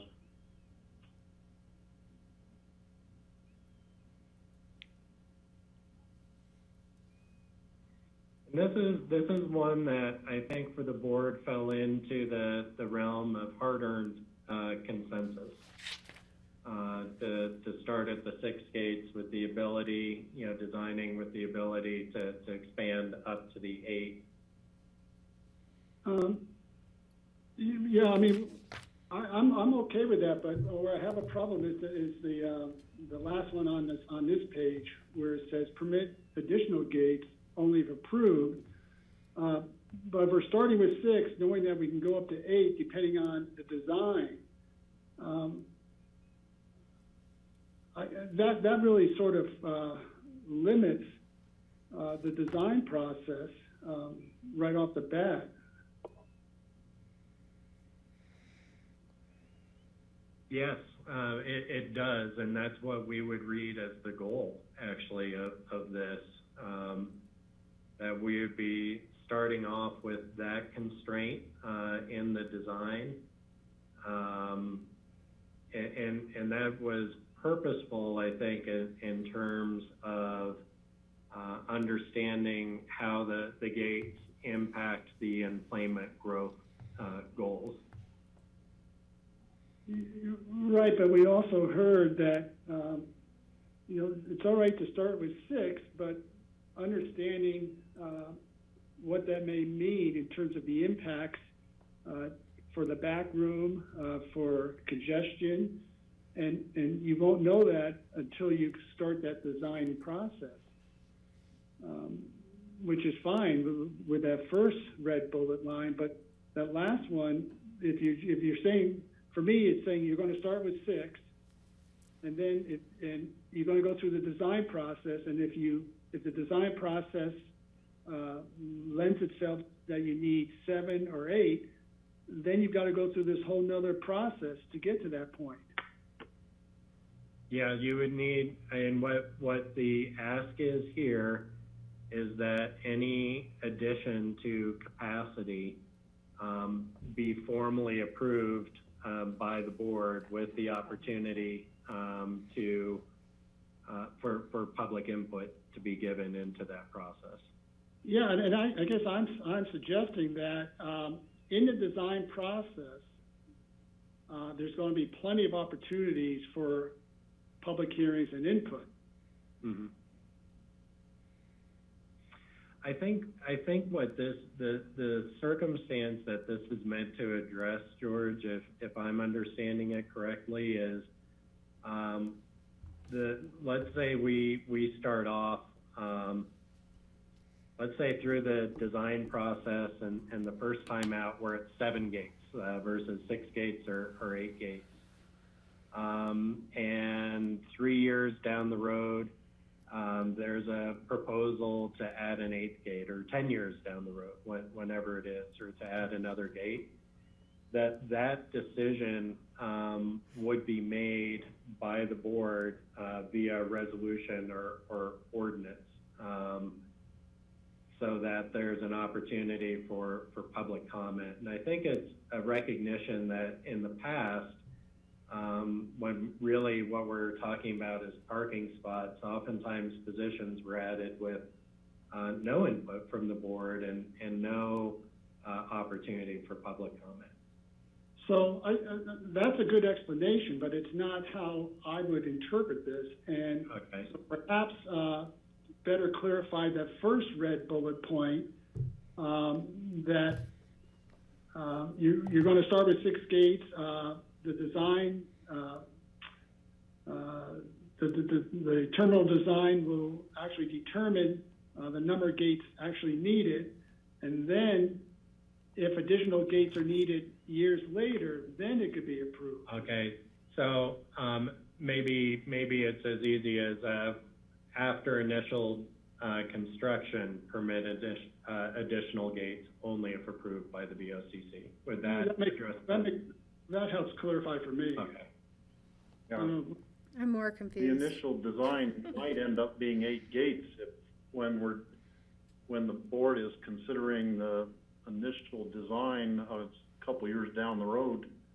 Maybe the airline industry is recovered by then, and we figure 8 gates would be, or 7 or 8 or whatever is determined then would be what should be built at that time. Kelly? I think after construction does hit that, I think what changes made it a little bit difficult is there was a pretty set number at 7 to begin with from the advisory committee. And then if you were gonna add an 8th, it was gonna take a board action to add that 8th. We start with 6, building a building that can accommodate 8. But after construction, if we start with 6 and that's what's designed and built, it makes sense then to come back to the board to add those additional gates. So after construction, I think makes us read the way it was intended by the vision committee as well. Yes. Sounds good to me. Kelly? So I support what Rich has said. I think that was a little bit different what John had said when kind of parroting back to George, because I think the intent here is that design could accommodate 8 gates, but a 7th or 8th gate would not be added until approved. Right. They were very specific. The community was about asking for that. Yeah. Greg? You know, I guess I find myself arguing for more flexibility during design phase. You know, with the design begins, we've got our consultants, we really look at this, we get a much better picture of what's happening and what's forecast. And in the design phase, somebody may say, hey, you really need 7. That's when we go for 7. You know, so I don't say we're insisting that we start with 6, because that might be unreasonable, as some people have pointed out. But I think it's a good place to begin in the early contemplation. So the design phase, who knows, the design phase may come back to us and say, you know what, you guys need 8 or this isn't gonna work. That happens in the design phase. I do like the wording as Rich and John were getting regarding after our first thing is constructed, we want to have room for additional gates. So, you know, it seems to me that we leave that up to the analysis for the design itself. If we try to do it here, we're just going to hamstring ourselves. But I do like the idea of post-construction additional gates have to be approved by the BOCC, as they probably would be. Kelly? But I want to point out the reason that this conversation took place around this was because of the number of emplanements and how those are related to gates. So, right. You know, that's why the question is do we want the community to weigh in when we make a structural change that puts us over that 0.8 growth, of emplanements. So that, so for me, there is an important reason to go back to the community to say, even though we've created space, we want to know if this additional use of that space is okay with you.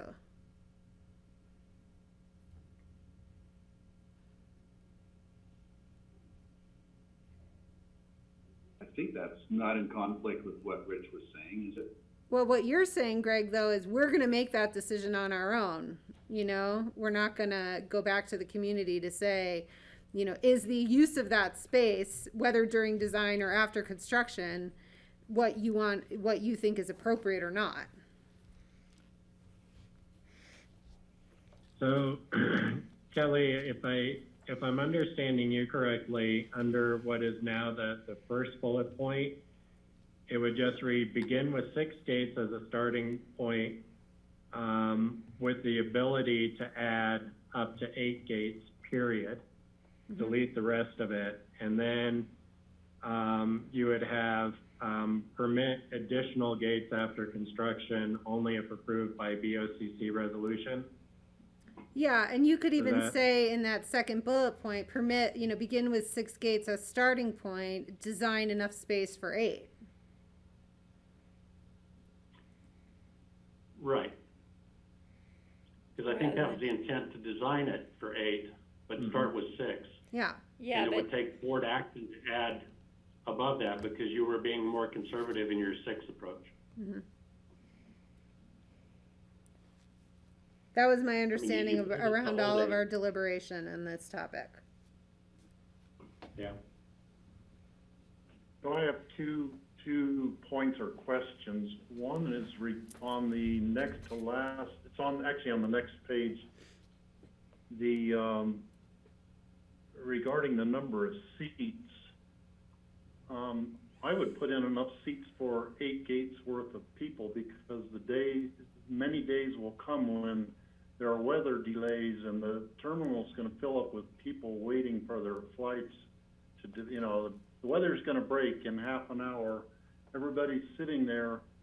Half the people end up standing up in the terminal because there aren't enough seats for them, which is what happens now all the time in the airport, or at least before the pandemic. There weren't enough seats for anywhere near the number of people who wanted to sit down at any one time. So even if we have 6 gates, if we have more seats, not just enough seats for those 6 planes worth, but figuring there's going to be planes delayed, there's going to be more people in there waiting, and they're all going to be standing up because they don't have enough seats. That's what I'm afraid of. We build a new terminal and it ends up being the same situation we have in our current one, that there's not enough space, not enough seats for the people in the waiting area. So I would build more seats even if we're not building more gates right up front. Well, I think that bullet point's it's just a comfortable gate seat to accommodate every person on the aircraft under normal, regular operations. I don't know any airport, including DIA, that busy times that there are not seats for every passenger. People are standing. We can't do it. But this says under normal, regular operations.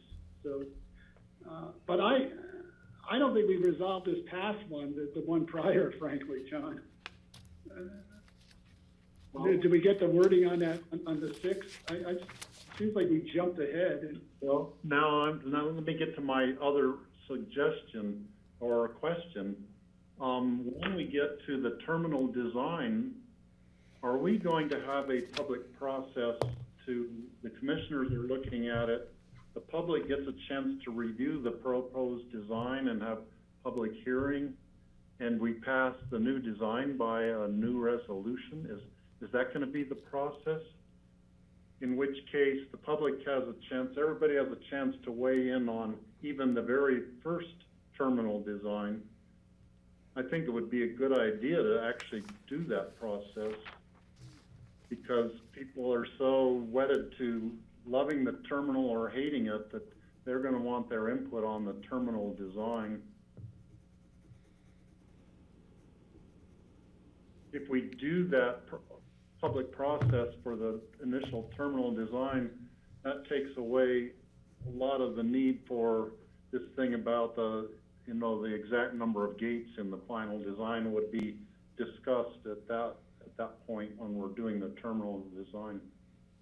So there's I think a couple of competing thoughts, you know, right now. I think, one thought that, Steve, I think you're expressing right now, and that I've heard expressed in different ways, is that, hey, we're going to have an initial design process.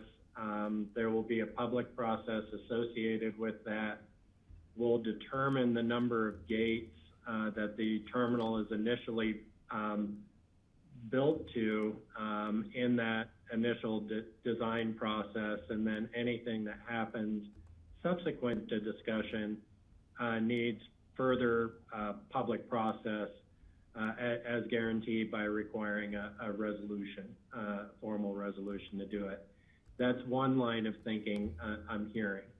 The other line of thinking I'm hearing is, no, our goal was to put a stake in the ground initially with the number of emplanements and to establish a baseline with the number of gates, which right now I think would start with 6.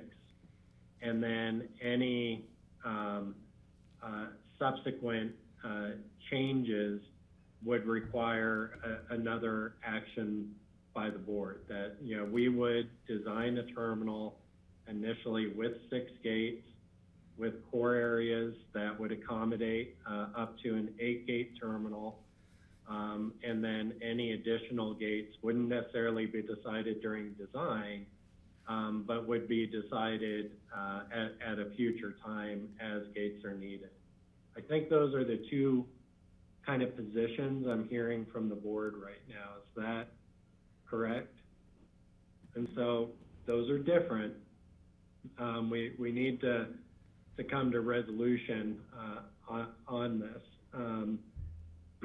because I think one solution is really geared towards how do we manage the number of emplanements first.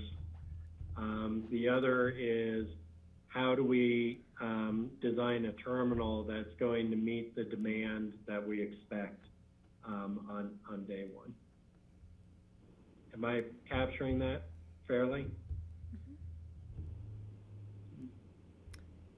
So it's a pretty different goal from the start. So we need to just have that conversation.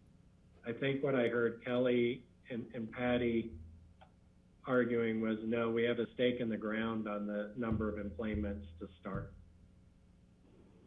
And that's what a lot of our conversation when we, over months, have been looking at these was tailored around. Trying to minimize.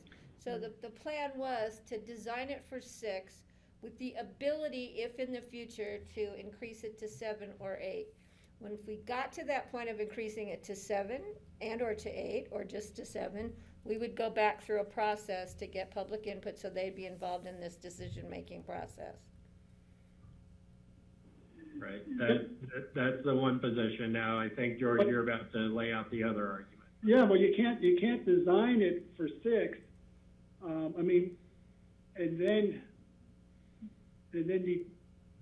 yes, you can. The design process is going to determine the number of gates needed, and then and we're saying it could be anywhere between 6 to 8 gates. We don't know until that will be determined during the design process. No. So George, I'm sorry. Just to say how staff would approach this. So if the board's decision is to go with the first option we were talking about that Kelly and Patty are laying out, how we would understand this is that there are core areas that we would need to design, say the baggage areas, the ticketing, security, that we would need to design anticipating 8 gates. But then the gates and associated seating areas would be added on as approved by the board. So we'd start off with 6. So we'd probably be a little bit overbuilt in some of our core areas initially, but we could add gates and seating areas incrementally as approved by the board. Now, I think what you're saying is, well, why wouldn't we determine the number of gates as we know more and go into the design process? But those core areas are going to get designed to the 8 gates anyway under this direction. What we're really talking about is what's the starting point for designing the gates and the seating areas, and then how do we add to that in the future if and when we do that. And John, okay, because I look at the example of what DIA has done in the past, where they needed additional gates, and you would have to walk down these long corridors and annexes, right, to get to, and so I don't want to see that. I don't think anybody wants to see that happen. So it has to be incorporated in the initial design. right, George, it's part of your, when you hire the architect, part of the architect's mission is to design a terminal that can be added onto in the future as need be. You can, that's why architects can do that. You just have to make sure that they do that. Because we don't want to have to be reconfiguring the whole terminal again to add another 7 gate or an 8th gate in the future. We want it, the first time around, this new terminal, to be designed with that in mind, if in the future we need that to happen.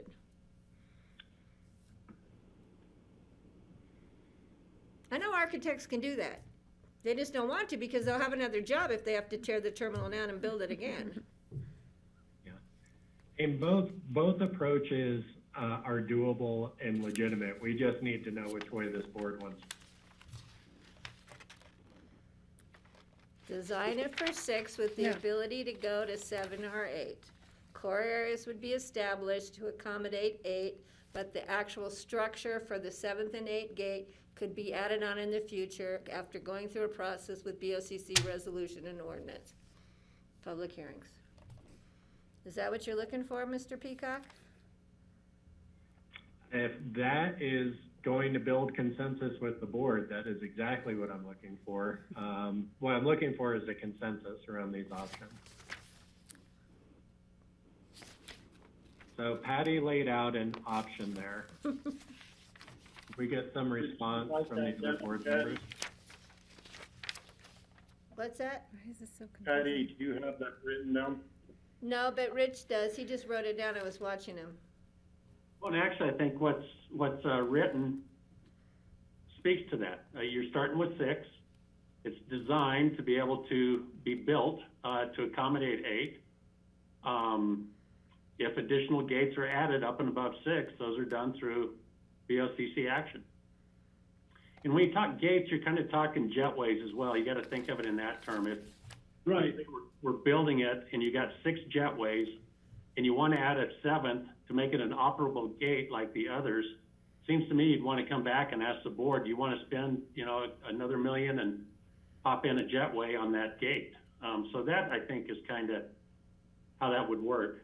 It would be there, it'd be able to accept it in the future, but it just needs board action to add it.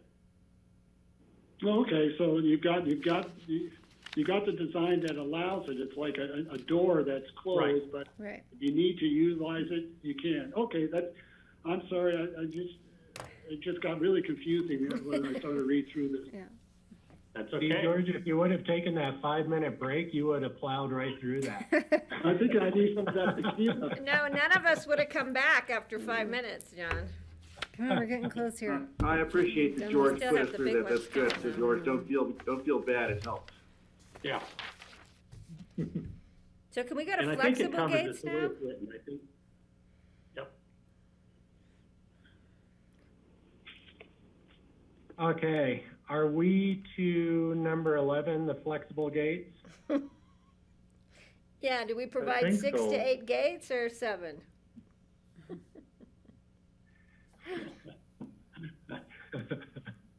think we're saying Yeah, start with 6, Patty. This adds in that flexible, the gate concept, so, which is a jetway, so to speak.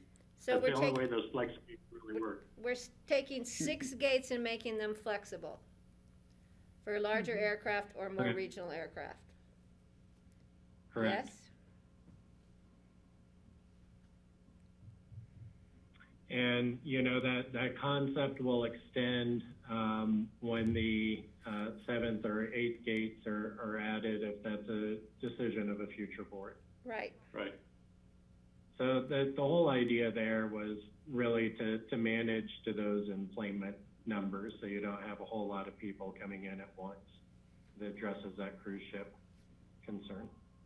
So I'm fine with 11 as is, except for that it just needs to be, provide 6 gates for regional aircraft, but fewer. Or do we keep it 6 to 8? And there's George's wording in there about the number of gates determined when defined during design. So your wording is still there, George, on that, the concept. Right. No, I'm okay with it. Yeah, I think 11 looks good. Okay. Well, now to the easy ones. We got 2 more.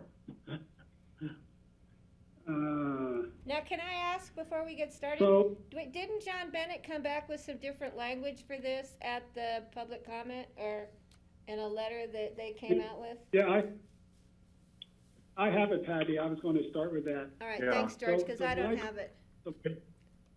It's page So my question is- 234 on today's packet. So we started this wording with as long as, and we had that long discussion about our ability to actually have some sort of control. And we decided that we would take the lead versus the airlines.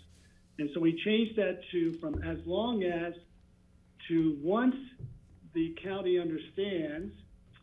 And John Bennett thought that was really not strong enough in terms of what the Vision Committee was trying to get to. So he substituted once the county understands to, but only after. So we went from as long as to once the county understands to but only after. Wait a minute, only after the county And I'm really understands the aircraft likely to operate? Yeah, read the rest of that sentence. But only after that the negotiation of these goals are agreed upon. What?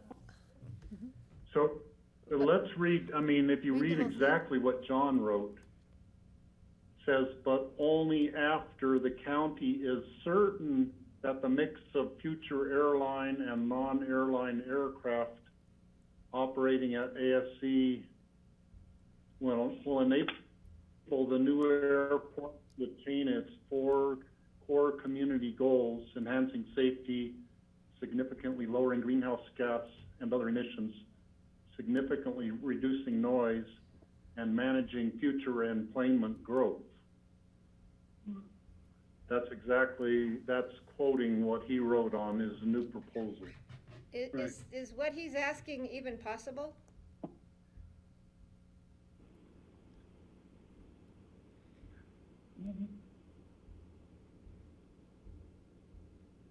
So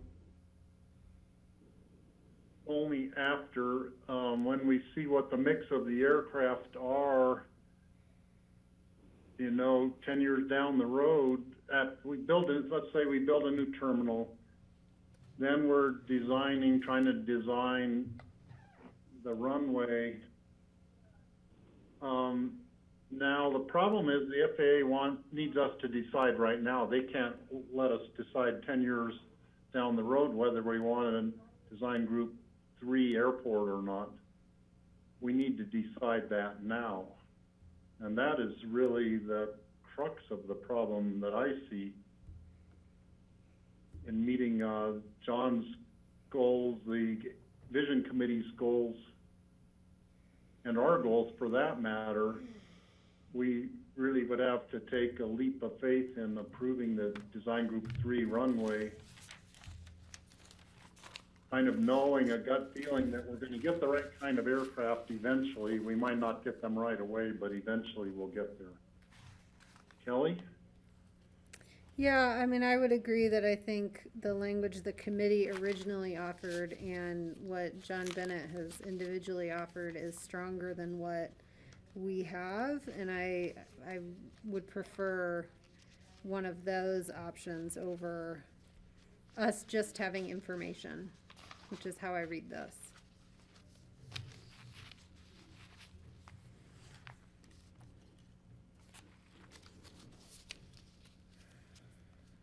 I know this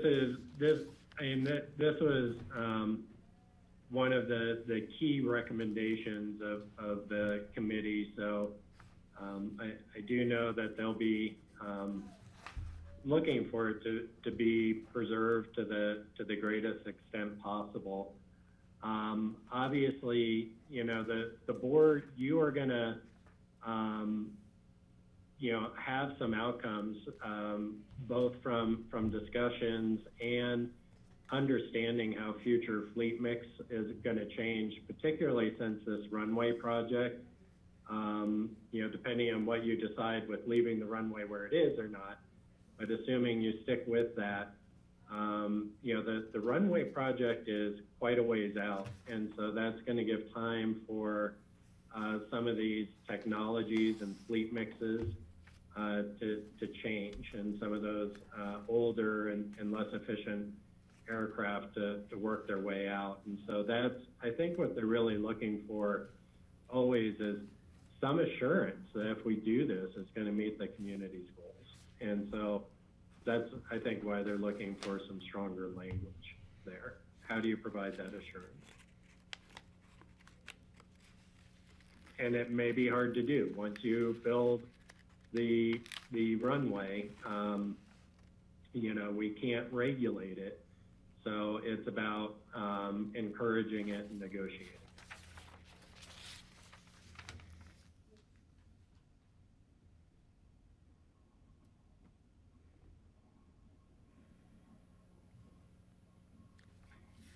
But the real question for this board right now is, do you want to go, you know, the language was softened in the revisions that we made with the board. Kelly, I think what you're suggesting is choosing one of the options with stronger language. That's kind of the decision that's in front of you right now. Yeah, and so whenever you start a statement and then you say but, that sort of negates the statement right off the bat, right? So perhaps you take the but out of it and just say only after. It softens it just a tad, but it doesn't sort of set you on a path that's either yay or nay. You know, we'll do this, but, you know, so would that work if we just took the but out and just say only after?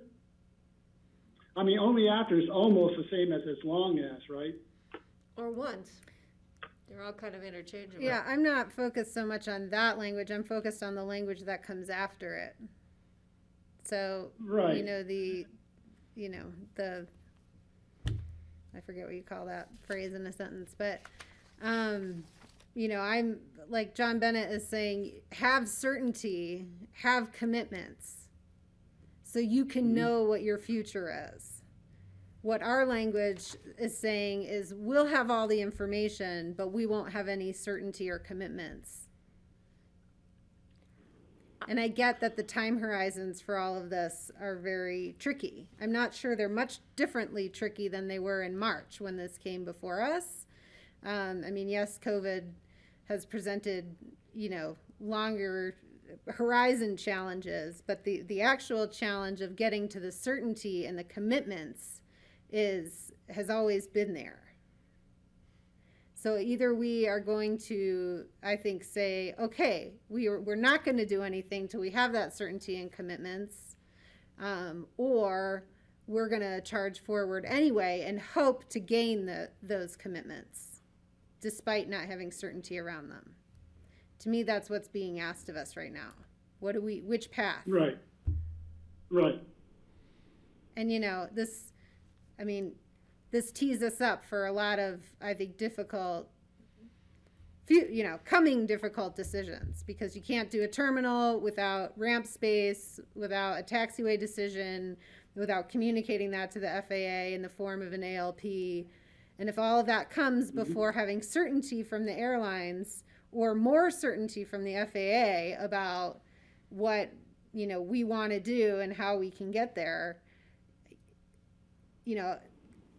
this board has to, future board, so George, you're out of it, but future board has to say, yeah, we're gonna say we're not gonna do any of those things that we talked about and want to do until we get those commitments and that we can rely on. Mm-hmm. So why don't we just say, so this element, this language is what tees us up on how to pursue that. Do we say, no, we're not going to submit a new ALP until we get our commitments from the airlines? No, we're not going to pursue new grants until we get our commitments from the airlines. That's what this is asking us to decide. And I think the committee and John Bennett, is reinforcing that, yeah, don't do all of those things until you have certainty about your commitments. Right, and as part of that, what you said earlier, Kelly, was, and no, we're not going to get a new terminal unless we have an ALP that's approved that we submit. And so, you're putting everything on the ability to think that we're going to be able to negotiate, and hopefully we'll be able to do that. But if it doesn't work, then you don't get a new terminal either. Right. I mean, basically, it's just status quo. So you don't get the safety improvements, you don't get the new terminal, you don't get even the ability to be able to negotiate on some of these issues. you don't get the noise reductions, the emissions reductions, you don't get the electrification, you don't get anything unless we file a new ALP and move forward. And is this preventing us from doing that? If we were to say only after the county is certain, use John Bennett's language, I don't know. I don't want to do anything that precludes us from moving forward with a new terminal. And that's a decision we have to make. Do we have to accept accommodating this as a ADG3 airport as part of it? Even though in the future that issue may change, we may not have to go to 95 wingspan because we're hoping that the next generation fuel efficient, noise quieter, emissions reductions of the next generation of aircraft will meet our goals when there'll be less than 95 feet wingspan. I don't know. Yeah, and you could find yourself in a situation where the fleet mix is mixed, right? That we're able to attract some of the aircraft that moves us towards our goals. Some airlines may not be there, but I think the goal is to understand those implications and understand what that mix is as you make decisions. We are going to have an opportunity to do that because we're going to have to finalize this fleet mix. We're going to have to update it. There is going to be those discussions happening with the airlines. I think the question is, how much does the board want to box in right now? Or, is it really about understanding those impacts and making decisions with that information?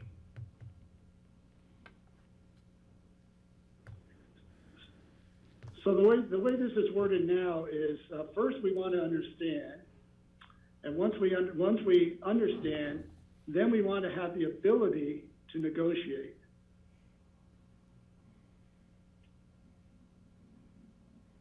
And so that at least starts a process to begin the negotiation. And if the negotiations don't are not fruitful, then then the board has a decision not to move ahead, right? During this process, if we decide to go with the revised ALP proposal.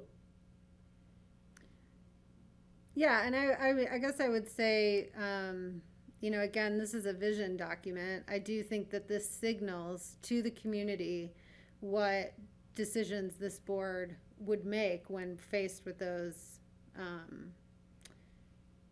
faced with that. Do we keep a status quo, that won't let us have cleaner planes or a new terminal? Or do we trade that for some of the things we want and some of the things we don't want? That to me is sort of the two paths forward. So I think some of it is how much do we as a board want to signal in this document what our line in the sand is going to be, or push that off to when we really have to make those decisions, I think that the committee has asked us to draw that line in the sand.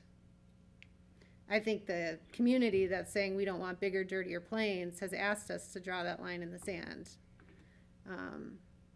is my feeling. Well, I'm not sure. I'm not sure anybody understands that if we don't move forward with a new ALP that allows us to do the terminal and the parking and some of those environmental standards that we want to do, that we will not be able to do anything till we have a new ALP, except to continue on the track that I don't think any of us want us to go on, which is with the existing ALP, which is moving the runway. So, the community wants us to pause, but they still want us to do a terminal. And in some ways, we can't pause and still do the terminal. We have to move forward with an ALP that addresses some of these issues. How long will it take us to understand the aircraft when the airlines don't even know what the aircraft is going to be? So we're caught between a rock and a hard spot. We either do nothing or we do nothing.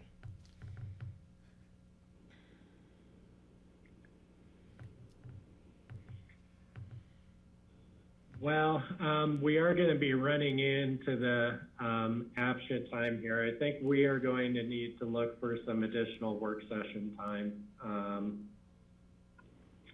We're looking to see if we can find some time on December 1st and still bring something forward to the board on the 2nd to stay on track. I think we're about an hour away here.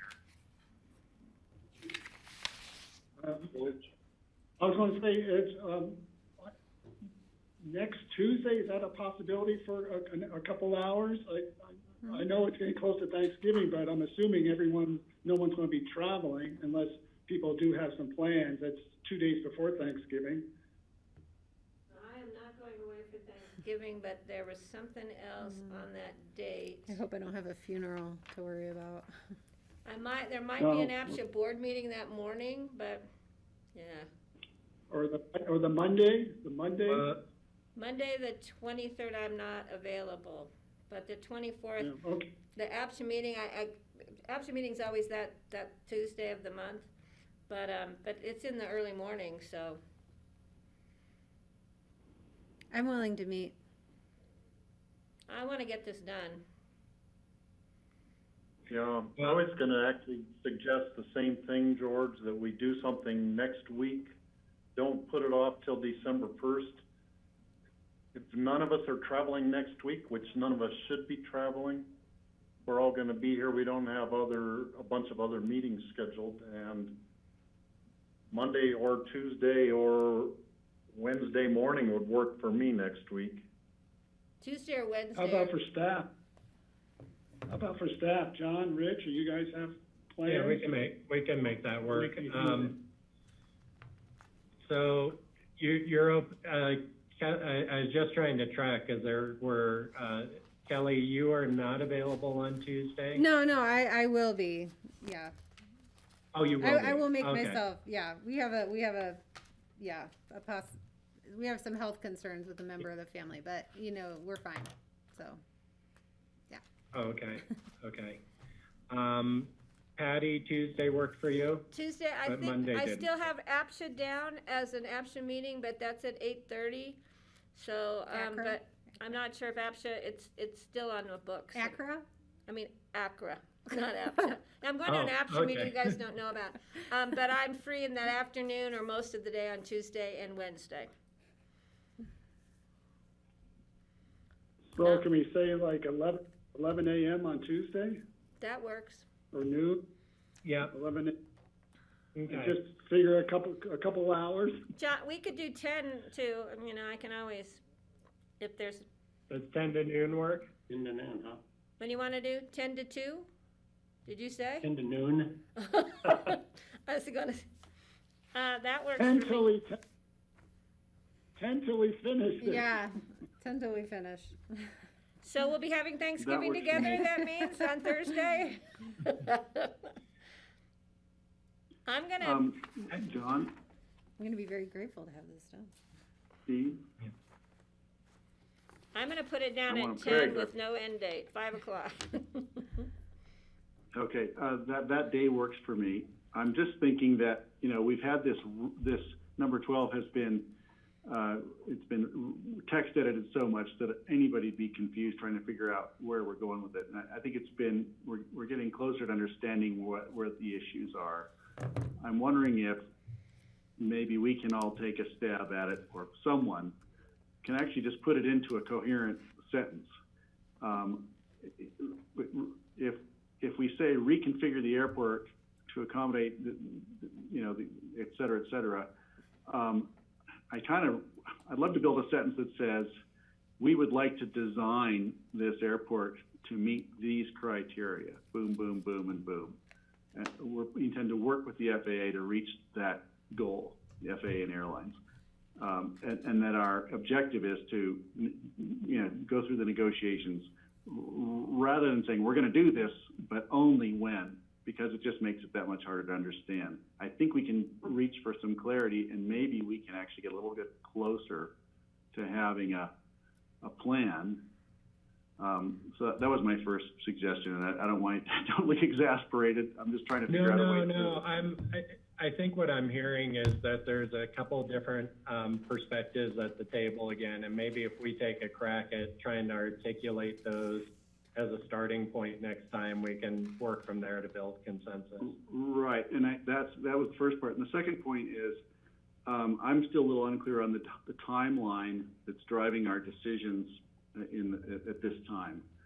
Is it BOCC turnover, for instance, where if we're losing George and picking up Francie, could that be part of what's driving this? Is it expiration of grants? Is it expiration of the ALP approval? Is it turnover at the federal level? What are the variables? And why are we, I want to understand the timeline going forward. Are we trying to make a grant deadline? There was a discussion of how we have something in the table by March, but I just don't understand yet because we're not there yet, but we're trying to push a deadline, and I'm worried about, is this a real deadline? What happens if we blow by it? What will it cost us if we blow by the deadline, whenever that is? And I don't have a clear enough picture of that yet. Kelly? Yeah, I mean, I would say, I'd like to finish this while George is on the board. I think he's put a lot of time into this. He appointed the board. We've had very thorough deliberations. I don't want to push off our decisions because we can't decide. It is incumbent upon us to make the decision. Right, and I don't think necessarily. Even if we don't have the information. Well, I think we have all the information. I think it's I think it's more comfort of what decision are we comfortable with individually, and then as a board. I'm not sure anything has changed here. I'm not sure information is holding us back in this regard. I think coming to the difficult choice is what we have to do. I agree, I'm not letting George off the hook. Sorry, George. Well, okay, well, sorry, Steve. I totally agree with Kelly on that. George has so much knowledge. If we tried to slow this down, and put it off to next year, then George is gone. Then we have Francie, who doesn't have all of the knowledge and background from 12 years of George's being commissioner. And I think my very first meeting as a commissioner 8 years ago, I think the airport discussion was on the agenda, our very first meeting, or the very first week of, we've been studying this stuff for a long time. We understand it, and we need to do, like Kelly said, it's like biting the bullet, make the tough decision, and move forward, so then we can be doing the negotiation with the FAA and the airlines and getting back in line for grant money from the FAA and all those things that we need to do.